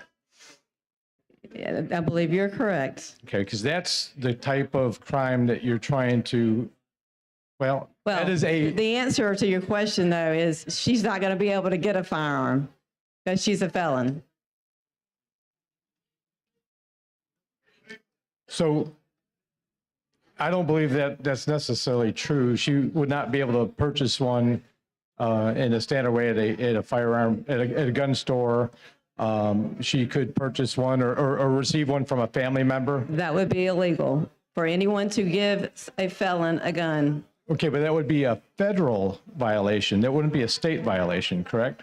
But yes. Right. Correct. So by passing this bill as a state, we are now making a judgment call that interaction is against state law, that we are saying that's against the law. And in turn, we will be basically enforcing federal law for the federal government. Well, we're already doing that because it's federal law, which trumps Alabama law. Okay, we're already doing that. But not it's just our local and state law enforcement officers can't arrest those people on the streets. Well, they could if they wanted to make an effort to do so, right? If they can call in federal, if they have federal arresting authorities, number one, or if they're working alongside, some officer that has it, yes, they can already do that. Or they can wait if a federal law enforcement officer wants to come and make the arrest, then they can wait for that. But currently, but again, it still goes to the point where I know a state trooper or a sheriff may come across somebody that say that in my scenario, the lady actually defended her home, had a home invasion, took that handgun that she received from a family member, defended herself. And what you're saying is right now, the state could not, local law enforcement could not arrest her for the possession of the handgun. It would be required right now that a federal officer arrest her for that. Is that correct? Well, this doesn't have anything to do with someone's defending themselves in their home, okay? But no, it's about the gun possession while they're doing that. If you're asking me, if she owns the gun, is in possession of a gun, and she's a convicted felon, then she would be violating the law currently. She'd be currently violating federal law, but not state law. Which is Alabama law, because it trumps Alabama law. Well, my issue is that the federal government needs to enforce their own laws.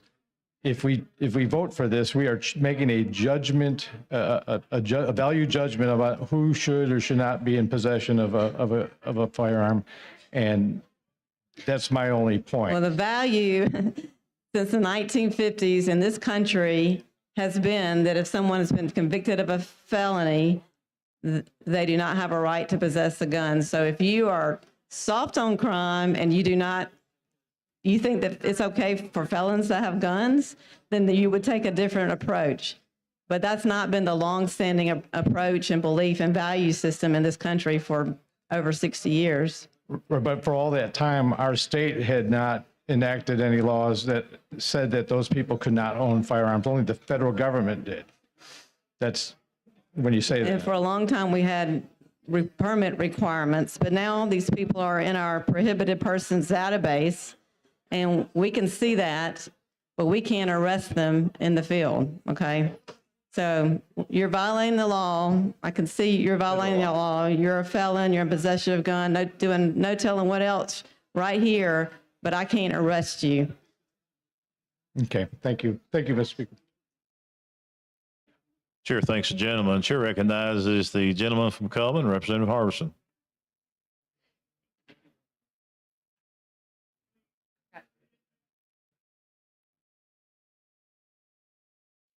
You're back. Back.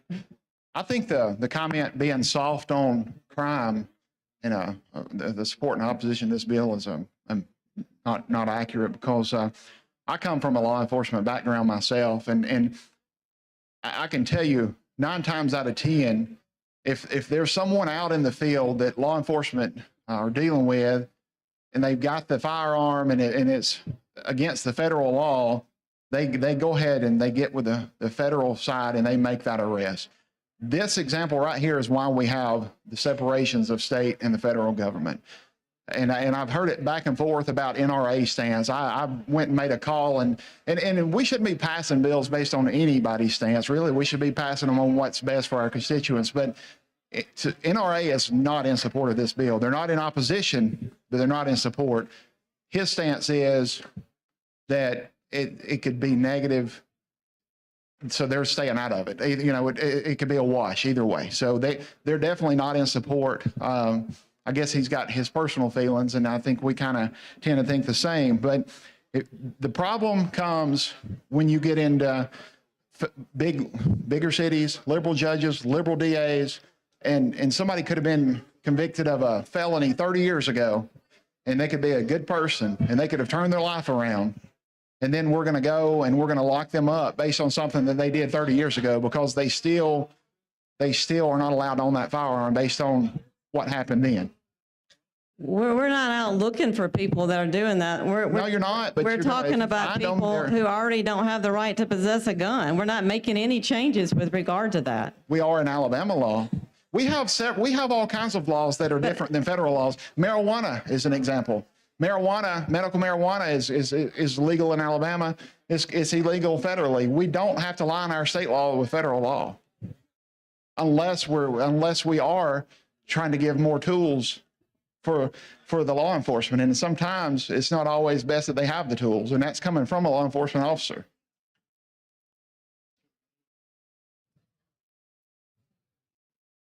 If you are taking the position that you believe, you believe felons should have a gun, then that's your position. I think at the end of the day, my position is people make mistakes in life. People can be rehabilitated, and I'm not for this legislation because, it's one thing if somebody commits a felony and gets out of prison tomorrow and they don't qualify under federal law. But we've got hundreds of people, probably thousands across the state, that have had previous charges from 30, 40 years ago. And then it's never been a problem for them in the state. But when this law passes, it is. And then we're going to have law enforcement out. Well, it is a problem. You just said we call law enforcement, we can call the feds any day. It's just that when the feds are busy, we can't get them. But let me add, as you know, there is a process by which someone can have their gun rights restored. And if they're the kind of person you are speaking of, then they can go do that. I don't know of any law enforcement officer that's looking to arrest the type of people that I just talked about. And I don't think that's your intent at all. I don't think that. But I do think this could be an unintended consequence of this bill, because at that point, it is state law, and a law enforcement officer's duty is to enforce the state law. And if they come up on that person and they don't do something, and then something crazy did happen, in today's world, everybody's worried about liability and so they're going to take them to jail. That's what's going to happen, because it's the law and they're going to have to. And I don't think that's what that's not what I want to do as a law enforcement officer. So I don't know, I do appreciate your intent, and I think we're both pro law enforcement. I think we're just looking at it from a different angle, and like I said, NRA, I know it's been talked about, but the gun right groups, they're not in support of this legislation. Well, trust me, if they were opposed, you would have heard from them. So thank you. Chair thanks the gentleman. Chair recognizes the lady from Jefferson, Representative Moore.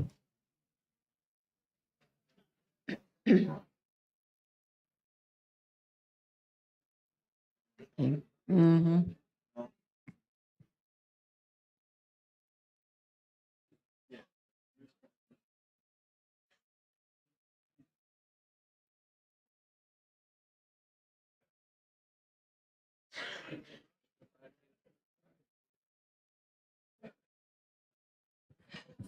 When I heard you, thank you, Mr. Speaker, refer to the NRA had looked at this and they was okay with it, So is the NRA our point of reference? Because I got a bill to get rid of AR-15s. So should I show it to the NRA and get their blessings? I could only speak to what I did, and it was. So they gave you the blessings, and that's your reference point in this bill, where you think that when this bill passed, only number 1 is going to be affected. But when this bill passed, 1 through 9 will be law. Not just number 1, but everything you got up here is going to pass with it. Because someone asking, you said, we're only dealing with number 1 today, but you got 1 through 9 on here. Once the bill passed, like the end of the paperwork says, when it says this act shall become effective on the first day of the 3rd month following its passage and approved by the governor, all 9 of the items that's in this bill will be impacted. So in reality, you're dealing with all 9 of these situations today. And it just blew my mind to say that the NRA is our reference point in doing bills of this nature when we've got babies being blown apart when these AR-15 rifles shoot them. And the last shooting in Texas, where they shot the people and the retired policeman, the first person he turned over, that AR-15 had blown that lady's face off. So if the NRA, who don't want us, because I got so many emails from people who are saying no, not to support the bill, but if I need to go to NRA and explain something to them, that they are weapons of war.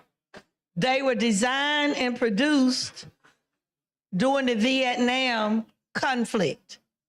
And they are not to be used and sold on a regular basis. But the people you reference who said your bill was okay, they think it's okay for AR-15s to be out there and anybody who want to have them.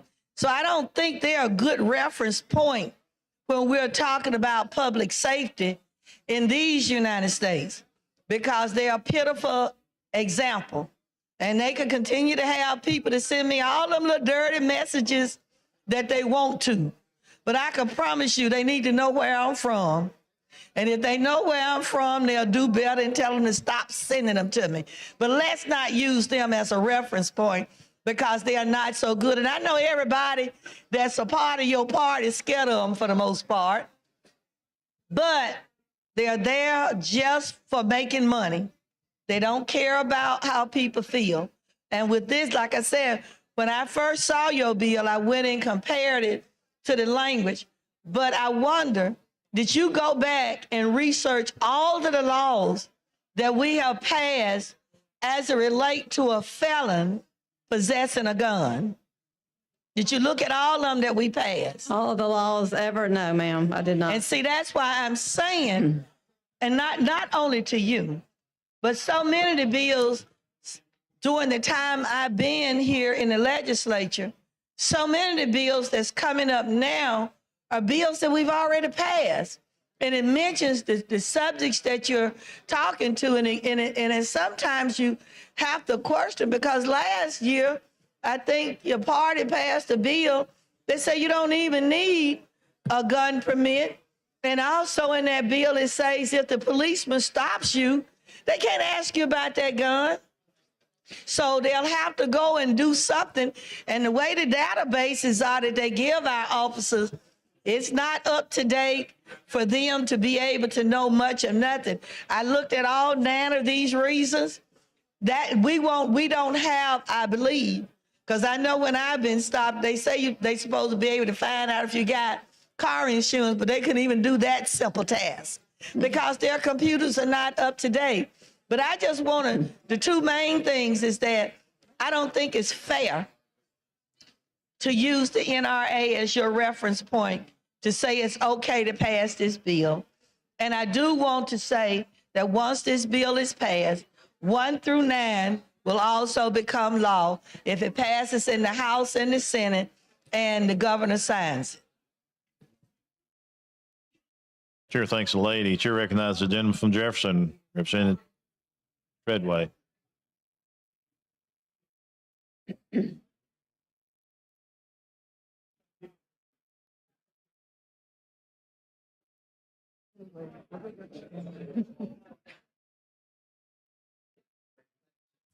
I appreciate this bill. I just wanted to clarify some things I heard. Number one, the feds cannot adopt any new laws after this certain date. So that would affect this state law. That's correct. And I appreciate you came to me, asked me my opinions on this early on, and there were some changes that you made. Unfortunately, I policed for over 30 years. And there was a time you can go to the feds and make these cases. This is against the law when we routinely make these arrests. And they used to routinely adopt the cases. Jefferson County alone is 400 minimum, 400 officers down from what they had just 5 years ago, patrolling the street. Feds are the same way. We've got a crisis in this country and enforcing the law. We're talking about felons here. They're not adopting these cases no more.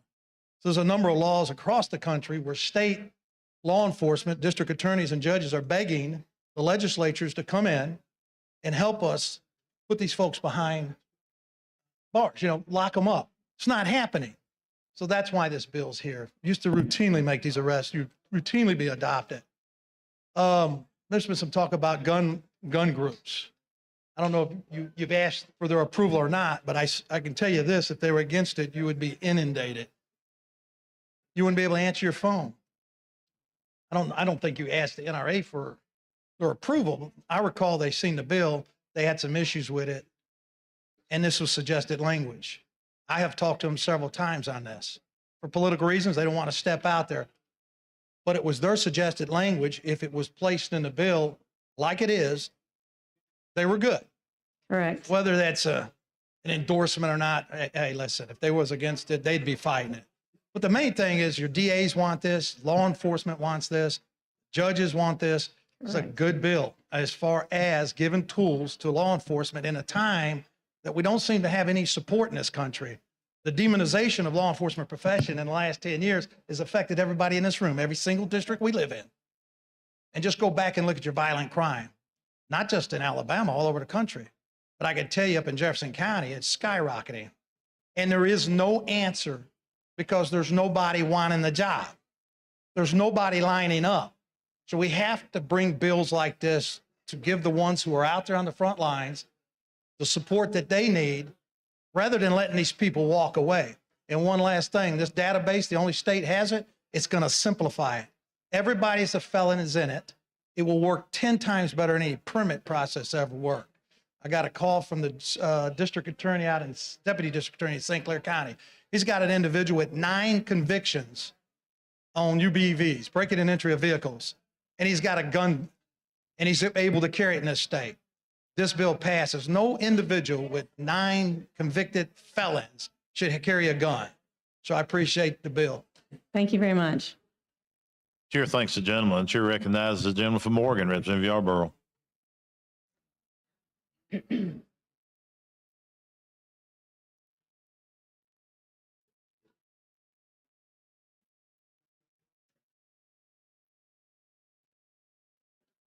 Thank you for the recognition, Mr. Speaker. So I actually had a chance to read the bill today, so I didn't know what was going to be on the calendar. And so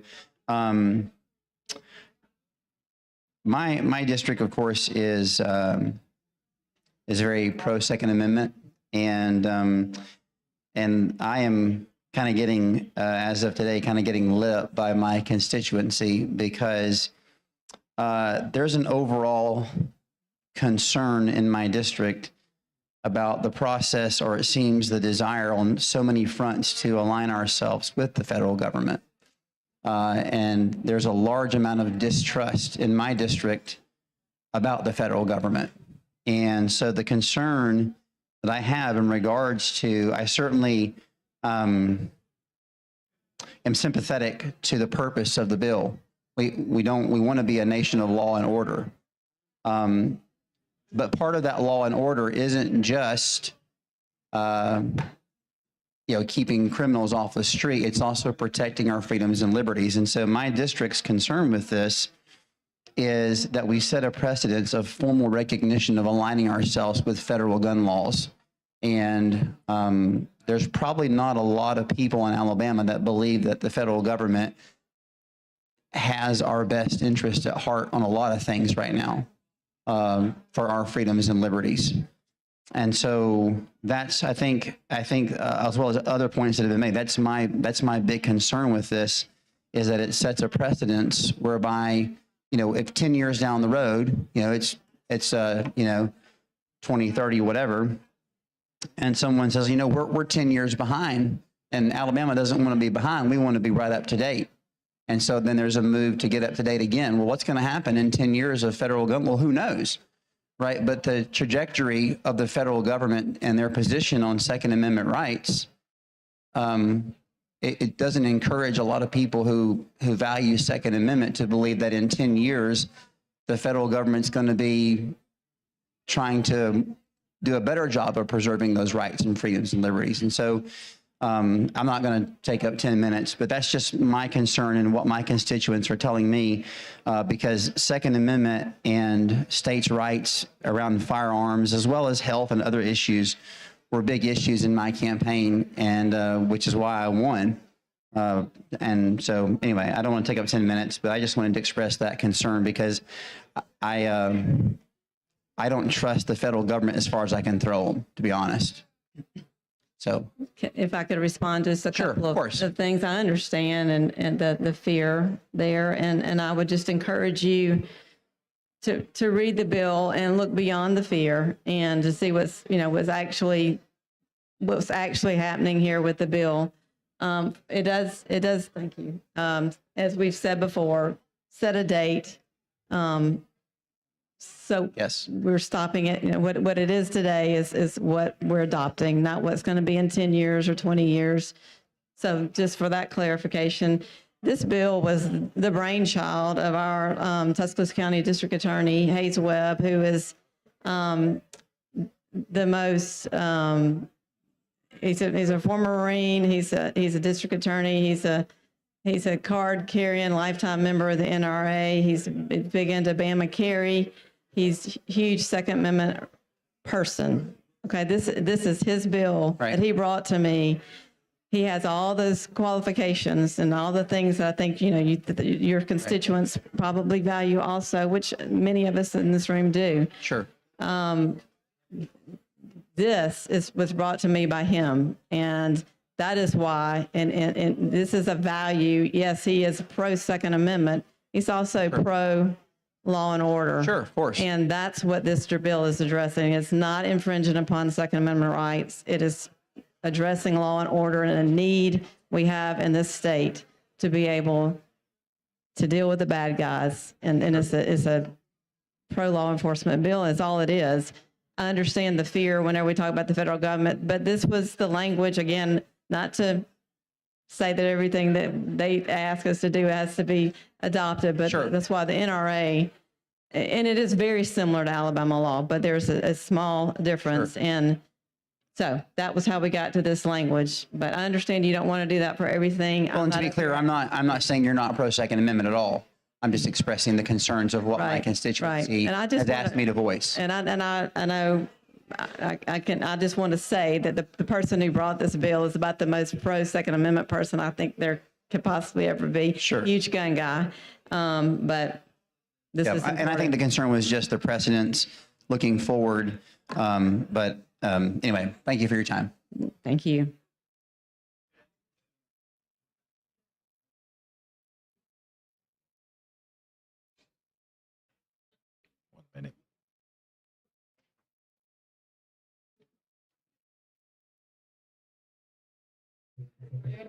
Mm-hmm. Thank you.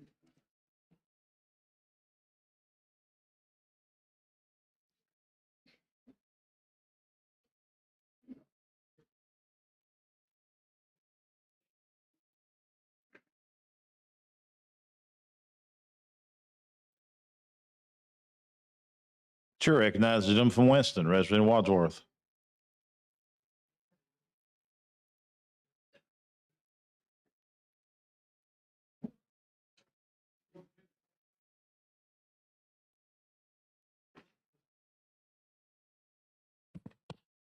Thank you. I just had a question. What is the definition of firearm under the federal law? I really don't know the answer to that question, Tim. It does not include a shotgun, any gun used for a sporting device. Okay. You're telling me, okay. Okay.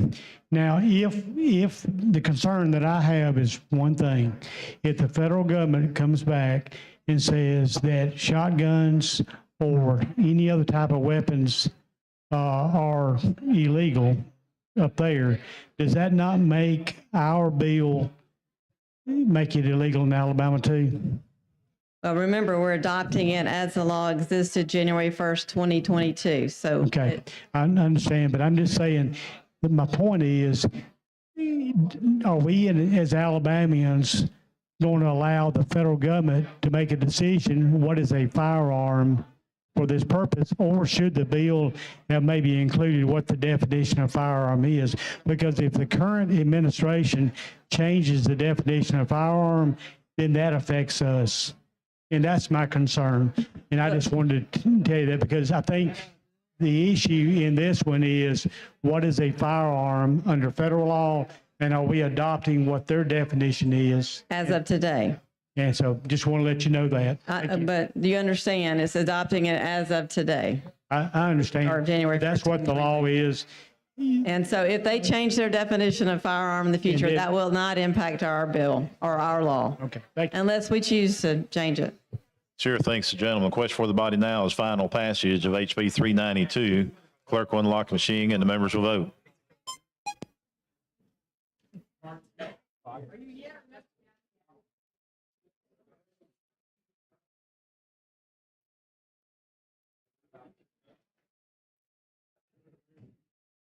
Clerk will lock the machine, record the vote, 64 ayes, 36 nays. HB 392 has passed. Thank you. Clerk, call next bill.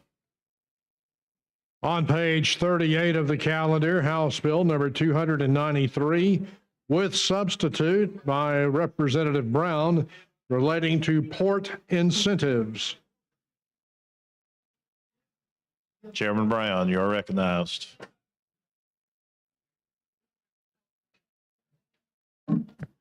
Thank you, Mr. Speaker. Members, I have House Bill 293, which is a port incentives package. And all this really does is it just expounds upon the existing port bill that we passed several years ago. It adds 2 columns to the existing structure of incentives, but it keeps the cap at the current structure of $12 million annually. So it's a good bill to make us more competitive against states like Georgia and South Carolina. Question for the body is adoption of the BIR. Clerk will unlock machines and the members will vote.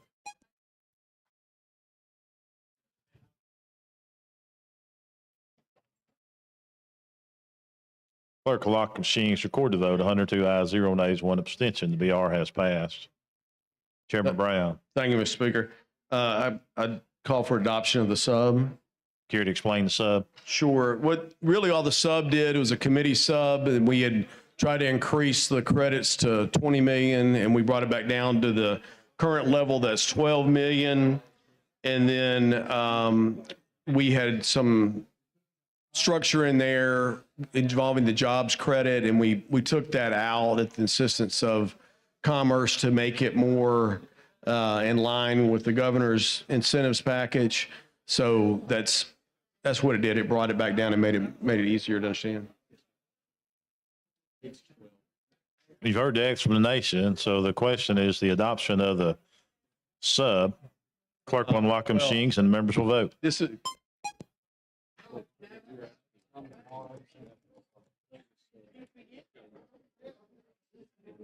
Clerk will lock the machine, record the votes. 102 ayes, 0 nays. Committee sub has been adopted. Chairman Brown. Increased it to 20, then we brought it back down. So, thank you, Mr. Speaker. Mr. Speaker, I have a floor amendment. Clerk, see the amendment. Amendment to House Bill number 293 by Representative Brown. Chairman Brown, you care to explain your amendment? Yes, sir. Thank you, Mr. Speaker. This, what this does, it was a clerical error that LSA made. And what it does, it replaces the cell in column 1 and row 1 of the table beginning on line 84 on page 3 with the following: increase in cargo volume over base cargo volume. You heard the explanation to the floor sub or amendment. Clerk will unlock the machine and members will vote.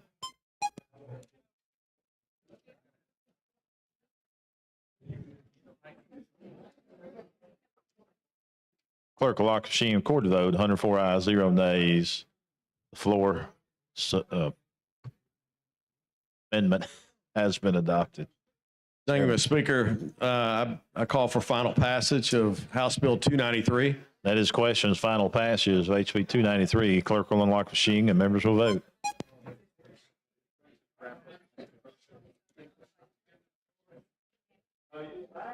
Clerk will lock the machine and record the votes. 103 ayes, 0 nays. HB 293 has passed. Thank you, Mr. Speaker. Thank you, members. Clerk, call up next bill.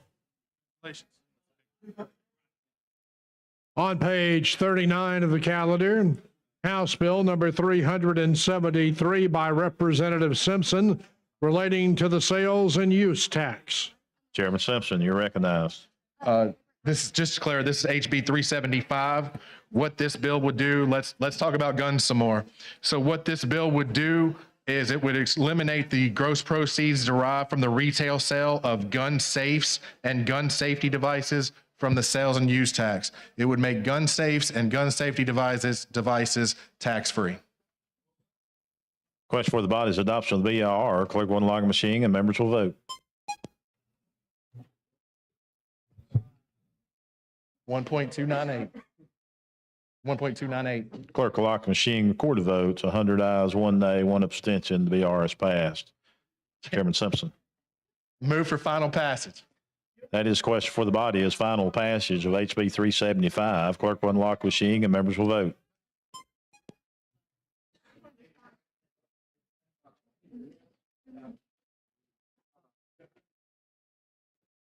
Clerk will lock the machine, record the votes. 102 ayes, 0 nays, 1 abstention. HB 375 has passed. Clerk, call next bill. On page 42 of the calendar, House Bill number 323 with substitute by Representative Pettis relating to first responders. Representative Pettis, you're recognized. Thank you, Mr. Speaker. First off, this bill has nothing to do with counties. Everybody's probably got an email. This has nothing to do with counties. What this bill is, it's a League of Municipalities bill that requires certain benefits to be provided to first responders who suffer from work-related PTSD, including reimbursement for certain out-of-pocket treatment expenses and paid time off for employees first responded for treatment. It would provide eligible requirements for participation to receive the benefits. It also opens up for volunteer fire departments who would like to join in. They can also pay a premium and get into this benefit also. With that, ask for a BIR. That is questions. Adoption of BIR. Clerk will unlock the machine and members will vote.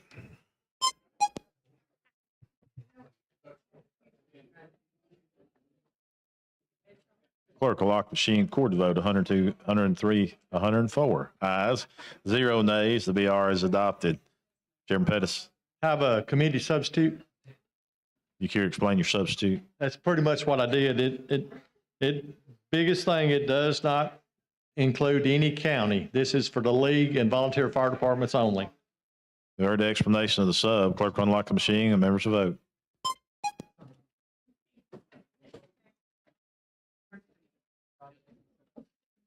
Clerk will lock the machine, record the votes. 99 ayes, 3 nays. The committee sub has been adopted. Chairman Pettis. Ask for final passage as substituted. Chair recognizes the lady from Madison, Representative Hall.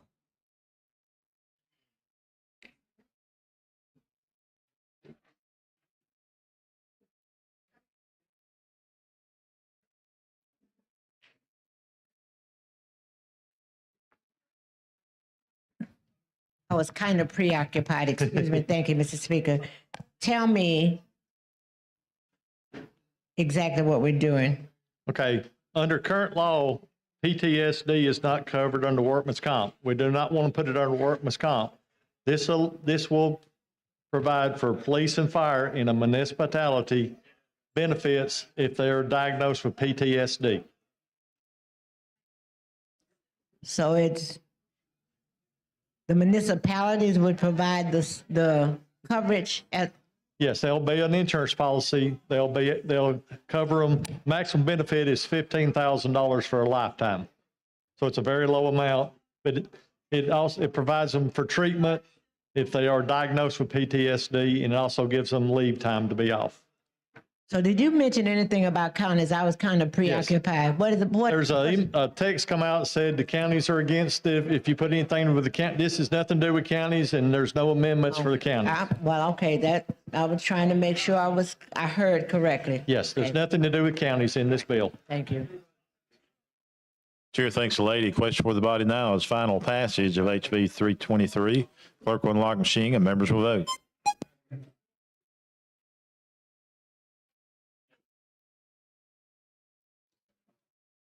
Clerk will lock machine. Record the votes. 99 ayes, 3 nays. HB 323 has passed. Thank you, Mr. Speaker. Thank you, members. Clerk, call up House Bill 208. On page, excuse me a second. Let's see here. On page 26 of the calendar, House Bill number 208 by Representative Keel relating to the income tax. Representative Keel, you're recognized. Thank you, Mr. Speaker. I move final passage as amended, as subbed. Chair recognizes the lady from Mobile. Representative Drummond. Amended, not subbed.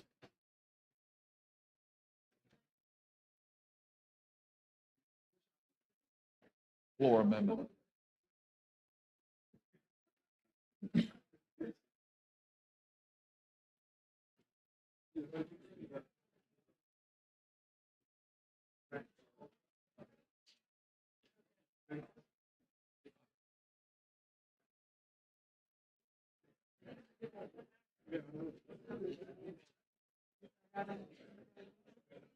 Representative Keel, will you yield? Yes, ma'am. Thank you, Mr. Speaker. I was sitting there before when you came to the floor, and one obvious question came to my mind, and it was after one of my female colleagues came to the mic. Why are you carrying this bill and we've got 20 females in the House? Well, this bill cares for mothers and babies. I don't think you have to be a female to care for mothers and babies. Well, you can't have a baby. So again, we've got 20 females, and I can say all of them are very, very capable. Very, very capable. They are very capable. They're as capable as I am. The truth is that I've had 3 babies and I love all 3 of them. So I mean, we're going to help mothers and babies. Let me ask just you, and I went through the bill, so they called me up after I had a chance to read, and I want to ask: is giving an income tax to these pregnancy resource centers, right? Is this a veiled attempt for us to offer health care, especially to those women who are the least among us? Is that what we're trying to do with this income tax? No, these are not healthcare centers. They provide resources to pregnant moms or post-birth moms who need typically things like diapers. They need that type of resources before the pregnancy. There may be a pregnancy test. So do they offer any health care options to these women? The only health care options it would be. I mean, even while they're pregnant. No, they're not. You can't get pregnant, so they wouldn't offer it Not to you, nurses even or though you've doctors. got 3. So do they offer her any kind of health care option? They're not nurses or doctors. But I thought I heard you say to someone else who was in the well that they can tell these folks what options are out there, not options for abortions, but health care options. Because wouldn't you say that a pregnant woman has to have prenatal care to make sure that that's a healthy baby? Absolutely. They would definitely tell them that. So this income tax is only offered after the child is born? No. No, you could. Well, tell me, when the child's in the womb, what happens? Sure. Well, anyone can donate to the Pregnancy Resource Center, no matter whether they have a child, don't have a child, expecting a child. I can donate. You can donate. I'm not talking about that. I understand the bill is clear on the donation process. I want to understand, what does the Pregnancy Resource Centers, you say that they offer diapers, and I'm saying, what about health care when that woman is pregnant? When she is pregnant, so the child's in the womb, has been conceived, what happens then? They can provide advice and resources. They don't offer medical resources? Let's stop. Define what resources they provide. Sure. It could be a pregnancy test. It could be before. But they're already pregnant when they go there, so why would they need a test? They may not know it. But you're going to a pregnancy center and they don't know that they're pregnant? They may not know yet. They may think they are. They may not know. I don't understand that. But do they provide any health care options for those women? And again, I tell you all the time, I'm dealing with the least of those. Sure. So I'm talking about poor women. Sure. Poor women, period. So what are the resources? Because you know, to be quite honest with you, if they want diapers, they can get on one of those programs, SNAP or WIC, and they can get diapers and milk. Or they so can go what there and other get resources do they offer? Well, they may offer clothing. They may offer resources dealing with housing. They may offer them some. But they're not healthy women. They're not healthy women. Well, they're if the poor. woman doesn't have they don't have access to health care because we didn't expand Medicaid for poor people. So what these are not options? Healthcare providers. So they're not health care. So they just say, here's some diapers and some milk, and I can donate my money and say that's what it's going to go to. No, I think there's a lot of resources they can offer them. Well, tell me what some of those resources are. They could offer them counseling. Counseling on what? Counseling on best practices for parenting, best practices for prenatal care, best practices for. But what if they need to have prenatal care? Where do they tell them to go from there? They would suggest where they go.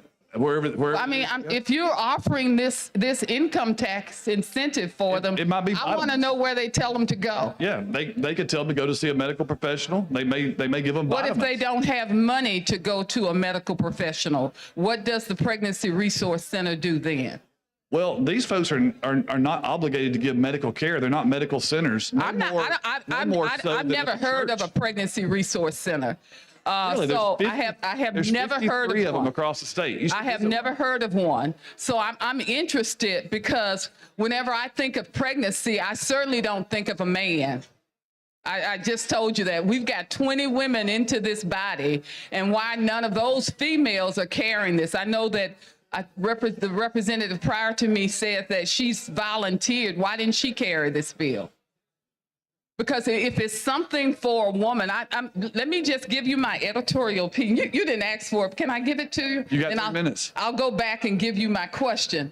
I am so tired of every time that I look around when it's something to deal with a female. When it's something to deal with a female, it's always a male that's carrying that bill. We are strong women in this body, but yet you stand here with a bill that deals with pregnancy. I don't care. You may have 3, but you certainly did not carry 3 in your womb. You may have made it, but you did not carry it. I want us to start standing up for women in this body. And if this Pregnancy Resource Center, one of the things that you look at the paternal health care rate for women in this state, it is horrible. Stand up for something that will build strong women, that they will be able to survive having children. We have more poor women in this state that are dying as a result in childbirth. And until you understand what it is to carry a child, not just to raise one, because see, I've done both. I've done both. And when I was pregnant, it was a time in my life that nobody could understand the changes that were going through my body but me and my doctor. But yet I stand here every time since I got elected. I stand here and a man is telling me where I should go and now what resources should be offered to me. Did you ever talk to this resource center and say, what does a woman need? We got women dying in the state of Alabama and babies are dying. Will this resource center help us prevent that? I think it's time that we stop letting men in this body tell us what to do. I always tell folks, and I believe it from the bottom of my heart, that if we had more women in this body, we can get more done, especially as it relates to a female. So I ask you to stop standing up here telling me what I am to do with my body and what I am to do with the children that I give birth to. If this is a pregnancy resource center, give me health care options so that I can have a healthy body to give birth to a healthy child. Don't minimize the 20 women that are in this body who can make decisions on their own. This is a bill that should have been carried by a female. I don't care if you have 3 children or 10. A woman knows what she's going through. So those are my comments. I mean, I could go on. I may come back because I circled some other things. So I just tell you to look at the healthcare rate of women who give birth in this state. There are a lot of them who are dying. They need health care. They don't need judgment, and they certainly don't just need diapers. They need more than that. Chair recognizes a lady from Jefferson, Representative Moore.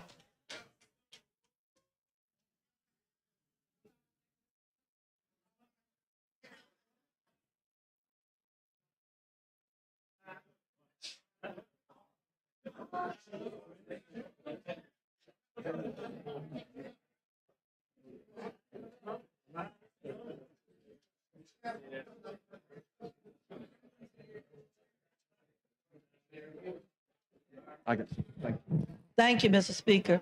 One question I've had, since you're talking all about these pregnancy centers, and I think that was the point that Representative Drummond was making. They are pregnancy centers, so they are not just women health centers. How many counties have them and how many cities have them? I'm not sure. There's 53 throughout the state, but I'm not sure how many counties or cities have. We got 53 at the state, and I would speculate that the majority of them are either in Madison County, Jefferson County, Montgomery County, and Mobile County. And the reason I say that, I was at a conference last year where they had a map of the state of Alabama. And I kept asking them, well, why do we have all those little red dots just about on every county in the state of Alabama? And they said, because those are the counties that don't have any resources for a pregnant woman. That's why I asked you the question. So we're providing some type of tax where people can make contribution to these pregnancy centers, when in the state of Alabama, most counties don't have anything for pregnant women. So, I often say that we need to go and before we get to doing things like this, we need to do our research to make sure we can take care of our women. But I was just extremely shocked this past, I think, September, when I saw that map of Alabama and the number of counties that they have gone to that don't have any type of prevention or prenatal care or anything for pregnant women in the state of Alabama. So, from that perspective, I sort of look at that. If we look at the medical needs, go ahead and expand Medicaid for all of those people who cannot afford health care. And in many of our counties, we have so many folks that are not even have the type of jobs that would allow them to even have any type of health insurance.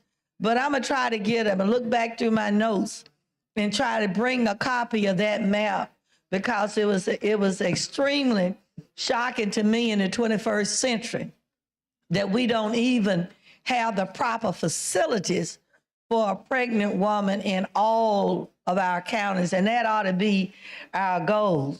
I was looking at your bill also when it's talking about the definitions of different words, and it talks about what a pregnancy center is, and then it says pregnancy center or residential maternity facility is one that regularly answers a dedicated phone, maintained in office, clinic, residential home. And the reason that hit me, because when you come down to number 3, it says offer services at no cost to women in order to express the express purpose of providing assistance to women in order to carry their pregnancy to term. Encourage parenting, adoption, and prevention of abortion. So once you get past that, you get to number 4. I question what's going on in these health centers, because it said utilize trained and licensed medical professions to perform any available medical procedure. In a residential, in a home, I don't even know how they could be equipped for that. You know, so I think maybe the intent has merit, but I think just reading this bill and all the battles that, like my colleague talked about, that we fight in the state, our primary purpose in this, as a legislative body, ought to be making sure all 67 counties has their necessary complement of healthcare facilities for everybody.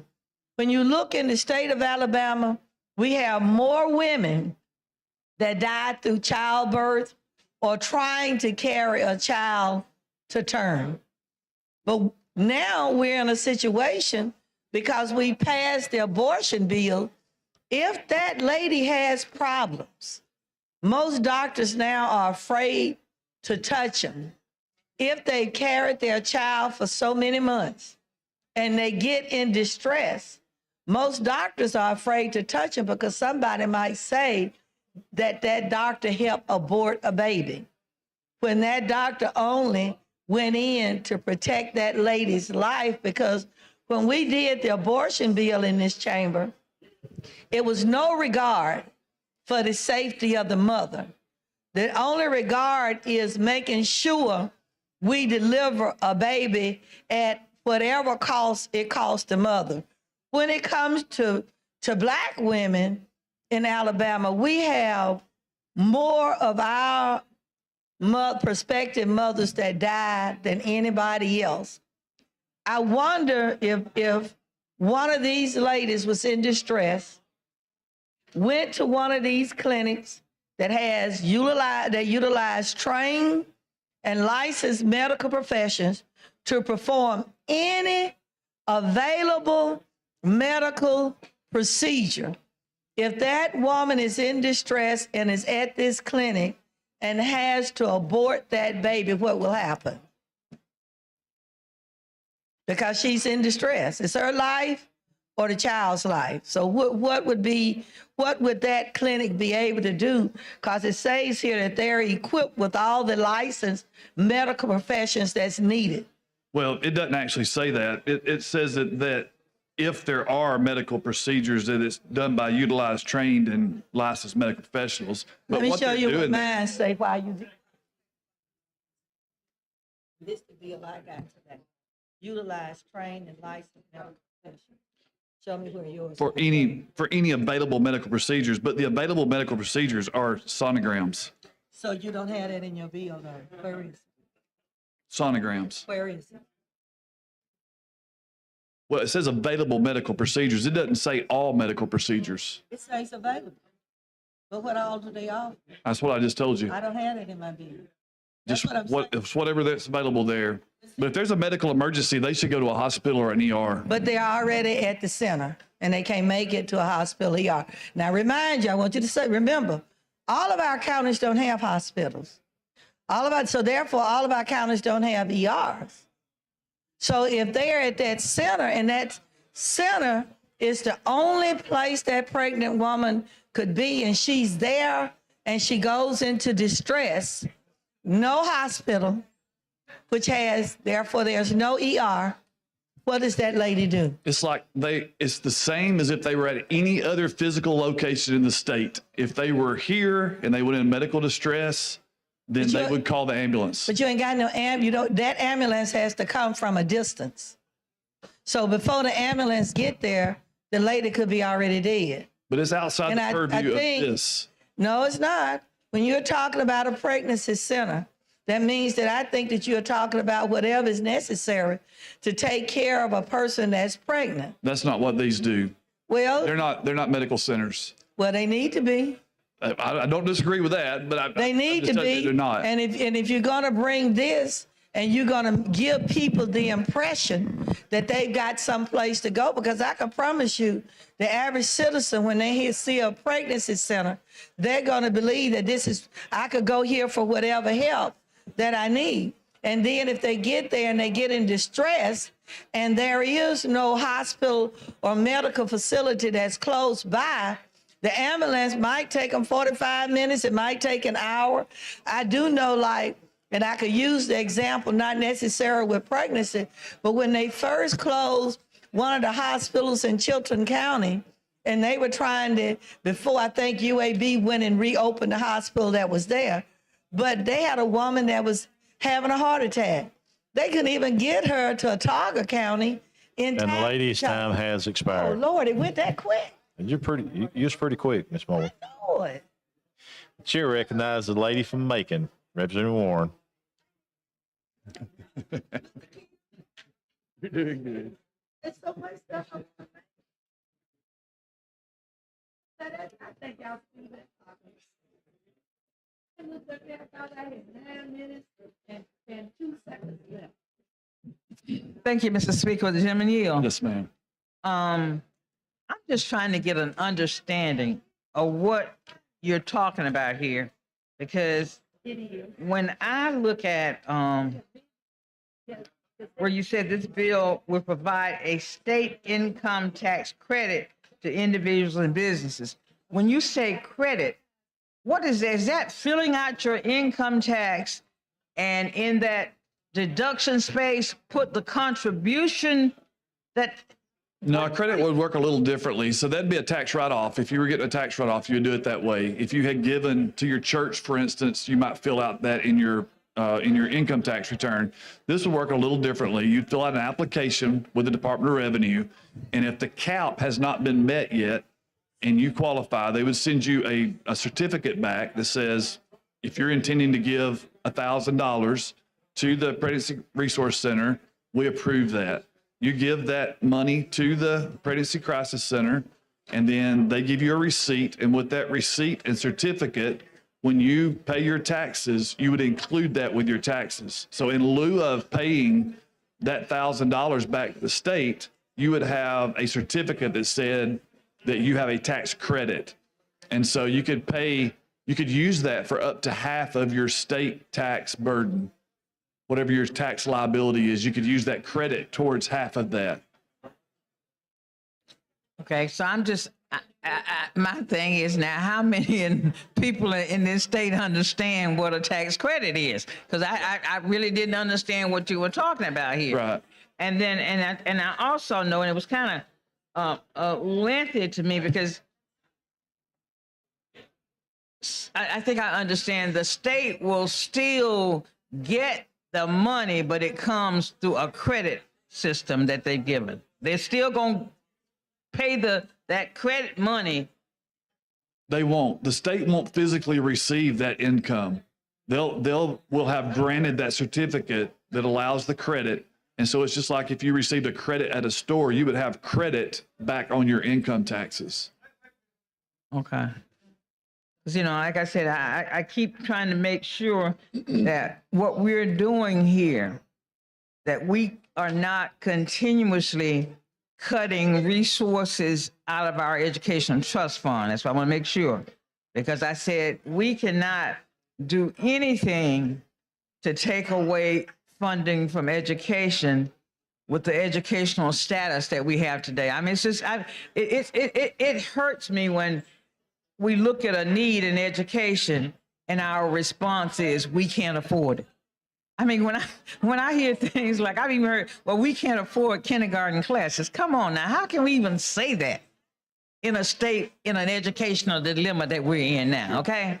So my concern was more to see that we're not taking, this is not taking anything per se away from our income and revenue that's coming in there. I might see it a little bit differently. I think that it's an investment in children. And I think when parents and children have a successful start, that continues like the pre-K and kindergarten. I think if we can get them there safely and in an environment that is safe, then once they get to 4-year-old, 5-year-old, then they can become much more successful. It doesn't cost the state so much to educate that child if they have a successful start. And so I think this is one way that we can give them a successful start. So I think it's directly related to education in the state, the way a child starts. You know, I'm just saying maybe we need to look at finding some more programs that are really, really beneficial that we need to do the tax credit for and stop exempting folks for tax credits, because there are a lot of, you know, nonprofits that I know of that could use all the money that they can get in the world to help. And that's when we start dealing with, again, coming from a rural community, when we start dealing with all these things that we don't know anything about, we don't have them nowhere in our communities, but we do have little struggling programs we have helping people, helping women. I had a program for about 3 years, a sister to sister. And I didn't get any credit. Nobody gave me any money. I didn't get anything. We had what we're doing for the people. We're just having to do it on our own without anything. So I think we need to start looking closely as we start doing these programs of other areas of interest that we could do the same thing for, and it can be reciprocated on that. Yes, ma'am. Okay, thank you. Chair thanks the lady. Chair recognizes the gentleman from Jefferson, Representative Rafferty.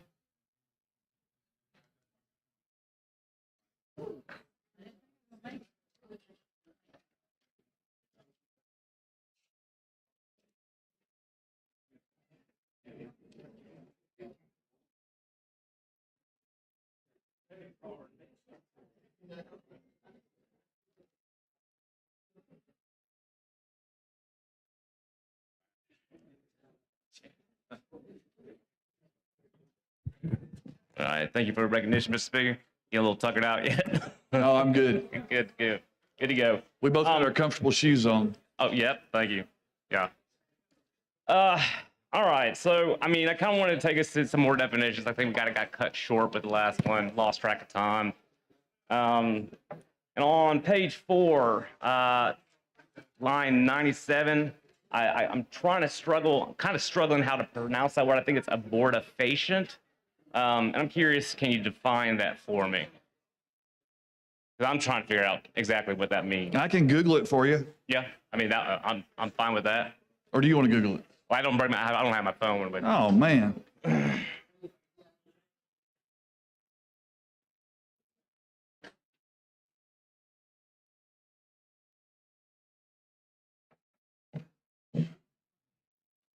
Any substance that is used to terminate a pregnancy. Okay. Right. So what do we mean by terminating the pregnancy then? Would that be like other prevention methods? Like if, you know, a lot of traditional birth controls will work by preventing an egg to drop, which will prevent them from getting fertilized. So there's no conception, so there would be no pregnancy. Some of them work to where the, you know, like the copper ion IUD would work where, you know, it could be fertilized, but it wouldn't be able to implant into the uterine wall. So these folks just can't provide it. Would that work? We're not outlawing it. They just can't provide it. Gotcha. Okay. So we don't want to touch birth control here then. They just can't provide the non-surgical abortion or that medicine. Okay. So I wanted to ask, say, like, is there any kind of requirement or is it common practice for any of these areas or places to provide any sort of prevention or family planning services? That could be pretty helpful. Like, you know, letting them know their options, like an IUD, like birth control, like the rhythm method, whatever's right for that woman and that family. Well, I'm not sure of all the terminology used there, but they are absolutely before birth and even before pregnancy would give advice and options to mothers or potential mothers, to women. Okay, so giving advice to potential mothers. Okay, but as far as you know, there's no real like a preventative services that they're providing there to prevent an unwanted pregnancy or anything along those lines, right? Not that I'm aware of. All right. I think we also kind of got tied up here, and I want to ask you, tell me a little bit more about the tax credit piece. I heard you explain a little bit here, but there's one thing on page 3, lines 70 through 73. And so a contribution for which a credit is claimed under this section may not be used as a deduction by the taxpayer for state income tax purposes, correct? You couldn't double dip. Right, but you would be able to, well, but you can't double dip, but you kind of can double dip, right? So you'd be able to write it off on your federal taxes. You'd still be able to. It would be a tax write-off on your federal tax. Because it has to be a 501c3, right? If you're giving it, well, I mean, you could write it off on your state or federal tax to any 501c3. Okay. But so what I'm saying is you could write it off on your federal taxes and reduce your federal tax liability. But then you could also claim at the same time these credits in order to make money and pull more money from the state. Is that what I'm understanding correctly here? Well, I mean, the federal part is not considered in this bill, but it's like any other donation. But it's a 501c3. Yeah, so it would still be able to, reduce the tax liability as a standardized tax deduction. That's right. Or an itemized tax. That's correct. And then on your state, you could not write it off, but you would take the tax credit. Okay, but you would take the tax credit. So Sure. you'd be able to reduce your tax liability federally while receiving money from the state to reduce your tax liability federally. Sure. Okay. All right. And, I also kind of wanted to bring you up to a point here that's on page 2, on line 50, kind of talk about qualifying individuals. I think we said maybe there's some business entities. Can you tell me which business entities would qualify for that? Yes. Yes. Individuals, married couples, or businesses. Okay. Gotcha. Businesses are line 55. Now on page 4, it's on line 111. It talks about pass-through entities. So I'm trying to figure out what exactly that means here. A pass-through entity is, for instance, I am a business owner. I own a subchapter S corporation, which simply means that the income that I gain from my business, I pay personal income tax on in lieu of corporate taxes. And so my business does not pay corporate income taxes because it's a subchapter S. Okay. LLCs often work the same way where they're pass-through tax entities. And so the owner or shareholder, they pay the tax, not the business. Gotcha. Okay. So if we go back to page 2, though, so he said qualifying entities would be the businesses, as I think you thoroughly explained. But now you also have individuals. And one thing I thought was kind of funny here is that a taxpayer who is an individual taxpayer, except that a husband and wife who file separate returns for a taxable year. So so let me get this straight. Y'all don't want any gay money, right? Is that part of it? No same-sex couples? Would you ask that again? I was trying to read. Same-sex marriages, folks who would have file their tax returns jointly. You don't want any of that money, right? The bill does not designate. It says husband and wife. Page 2. Yeah. So if they file jointly, then they would each, or if they file separately, they would each take half. Or if they file together, they could file for the tax. They're husband and wife, though. That's right. Right. Husband and wife. So you don't want any gay money on that. Husband and wife. Okay. So no gay money. All right.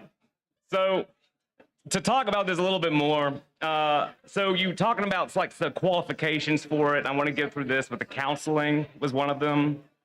So are these qualified counselors that they might be providing or seeking out? I mean, I understand that not every single facility is going to have the same amount of services or resources, but if they're offering counseling, is there qualifications or standards for them to hold to provide that counseling? They're mostly volunteers. Okay. So no formal training or anything along those lines? Mostly volunteers, community volunteers. Okay. Yeah, unpaid.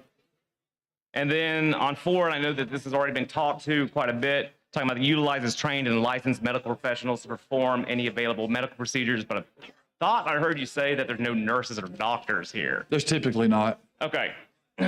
Well, I mean, but you would need a doctor in order to interpret sonogram results in order to ensure the health of the baby.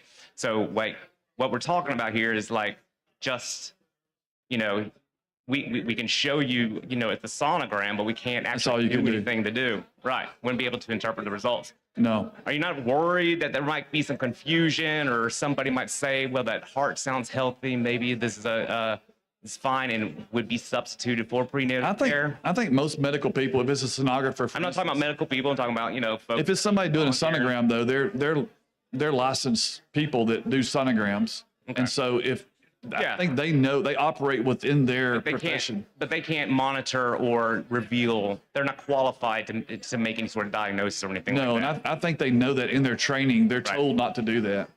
All right. So the qualified entity must be a 501c3 for federal status. It must fall nonprofit under Title 10A. Are we back? Must have a physical presence in Alabama. It needs to regularly answer phone calls, though we still don't really know what that means. It needs to be open just 20 hours a week, part-time. It needs to offer some loosely defined services that we don't even really know what they're doing, and aren't even really necessarily providing medical or qualified counseling services. And all for a way that they're going to be able to do that is so that somebody is going to be able to write off on their federal taxes, but also collect more money from the state. That is an effect of it. The purpose, though, is to help the mothers and the babies that are born in the state. We want to help so that moms and babies have a healthy start. I understand. And therefore, they're not a. I understand that's how you feel, but what I want to say is what we're seeing is mortality and infant mortality rates are going to go up. Nothing to address, this does nothing to address any prevention of unwanted pregnancy, and this doesn't have to even provide any sort of family planning services. So that's why, at the end of the day, I can't support your bill. Chair recognizes the lady from Mobile, Representative Clark.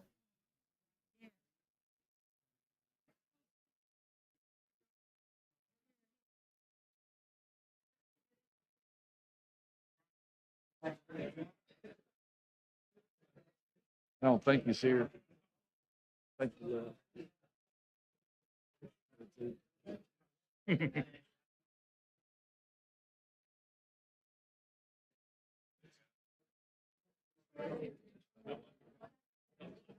Thank you, Mr. Chairman.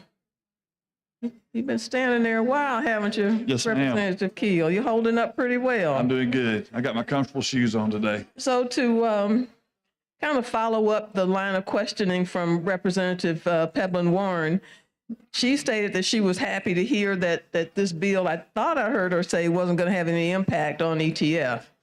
To the contrary, I think the fiscal note says that this bill could cost ETF $10 million. Well, if she said that, I didn't understand her to say that. So will you explain that this could cost the Education Trust Fund? There's a cap on it at $10 million. Okay, I just want to make sure everybody knows that. Sure.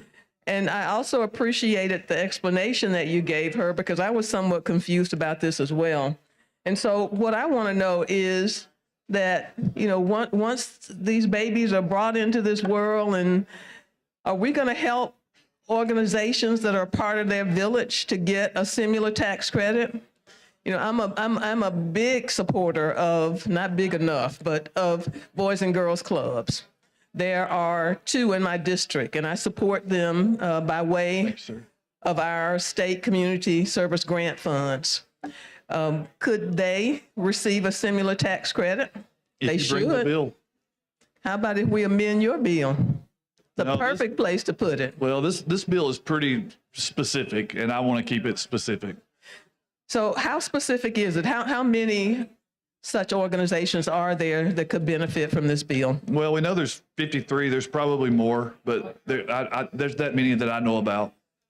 So as I read the bill, it states that in order to be eligible, the organizations must be either federal 501(c) organizations are Alabama Title 10A Chapter 3 organizations. So wouldn't they already be getting these, an individual who would contribute to them, wouldn't they already get this? They would This get a tax credit? No, the tax credit is the ultimate in tax, in a tax back. What they're getting now is a tax write-off. So if you give to any charitable organization, any nonprofit, you get a tax write-off, which means it lowers the amount of money that you're taxed on. What this does is lower the amount of money that you pay in taxes. And so it's the ultimate in tax, in the tax world. Tax credit is. Will you better please than explain tax that again? Sure. So if you make $5,000 and you give $1,000 to your church, you only pay taxes on $4,000.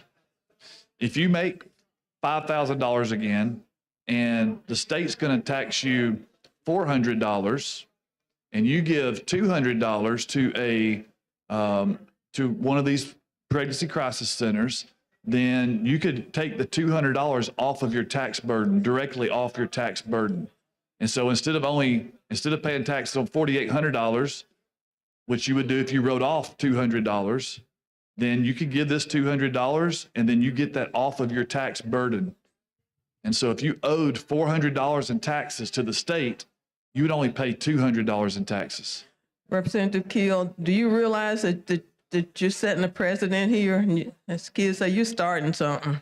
Well, we have tax credits all the time. I mean, we deal with those in the ETF budget all the time. We tax things that are economic incentives, and this is an incentive to help people who are trying to make it at the earliest stage in life.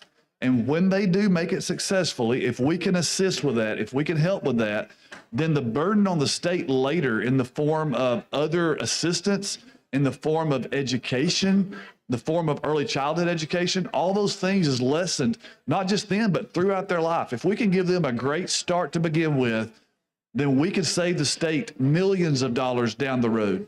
Do you have a Boys and Girls Club in your district? I do not. I would like to invite you to come and visit and see the good works. I know they're that great Boys programs. and Girls Clubs do in my district. Yeah, I've read about them. I know they're great programs. And I mean from not birth, but close to it. Yeah. You know, from the time a child can walk almost, or maybe they have to be 5 years old. I can't remember how young a youth can be in order to get membership. But then they are members until, in many cases, they graduate from high school. I mean, they do wonderful work. These organizations, I would just truly venture to say, deserve this tax break more than the organizations that you're talking about, because many of them are already, doing the work, and they're going to do it regardless. I mean, many of these organizations that you're talking about here are churches. They're religion-based organizations, and they're going to continue to do this good work. And I'm grateful that they do it. Our Boys and Girls Clubs, our Big Brother, Big Sister programs, they are struggling, and they could use this help. They round out the village for our youth, and that's who I think deserves this particular break. Well, I don't disagree with you. They're great programs. This bill just does not consider that. Won't take my friendly amendment? No, ma'am. It's a very specific bill. Then guess I'll just have to do my own. Okay, thank you. Thank you for your time. All right. Sure, thanks, lady. Question for the body now is final passage of HB 208. Clerk will unlock the machine and the members will vote.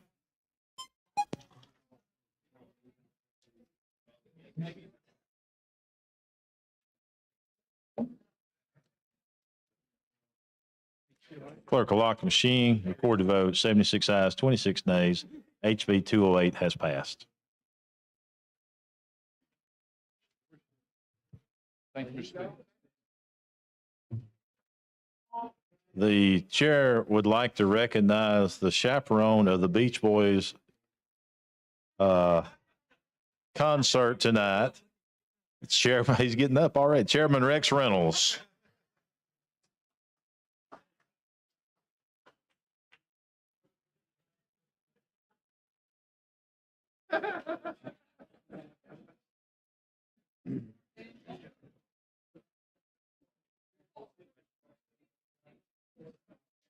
Thank you, Mr. Speaker. I thank members. Today we passed the first opioid settlement bill, the first $10 million out of committee. Hopefully we will see that bill next week on the floor today. And we've got copies right up here on the dais. And this would be the HJR that was dropped today. And this will create the Oversight Commission on the Alabama Opioid Settlement Funds. You'll see about 16 appointments on there by various leadership between our state agencies, the House, and the Senate. So I encourage you to get that, look through it. We've worked with the Opioid Commission. We've worked with the Executive Budget Office, the Governor's Office, the leadership in both houses, and feel like we've got a good document here. And the criteria is based on what the Opioid Council recommendations were. So get that and review it, and then we'll look forward to having the first $10 million bill on the House floor next week. Thank you, Mr. Speaker. Thank you, Mr. Chairman. Chair recognizes the gentleman from Mobile, Pro Tem Pringle.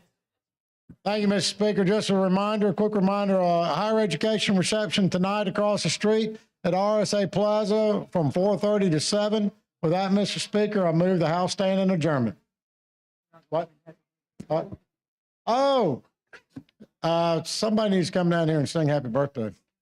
Because trust me, you don't want me to do it. No. We're not Margie. Come on, Margie. No. Well, we got to get the time for tomorrow. When we coming back in? Did you say? We did it earlier. Yeah, we did it. We adopted earlier. It'll be 10 a.m. Come on, Margie. 9 a.m. 9 a.m. Happy birthday to you. Happy birthday to you. Happy birthday, Mr. Speaker. Happy birthday to you, and many more.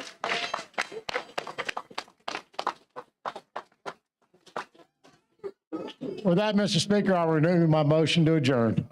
All those in favor of adjourn, say aye. Any opposed? We are adjourned.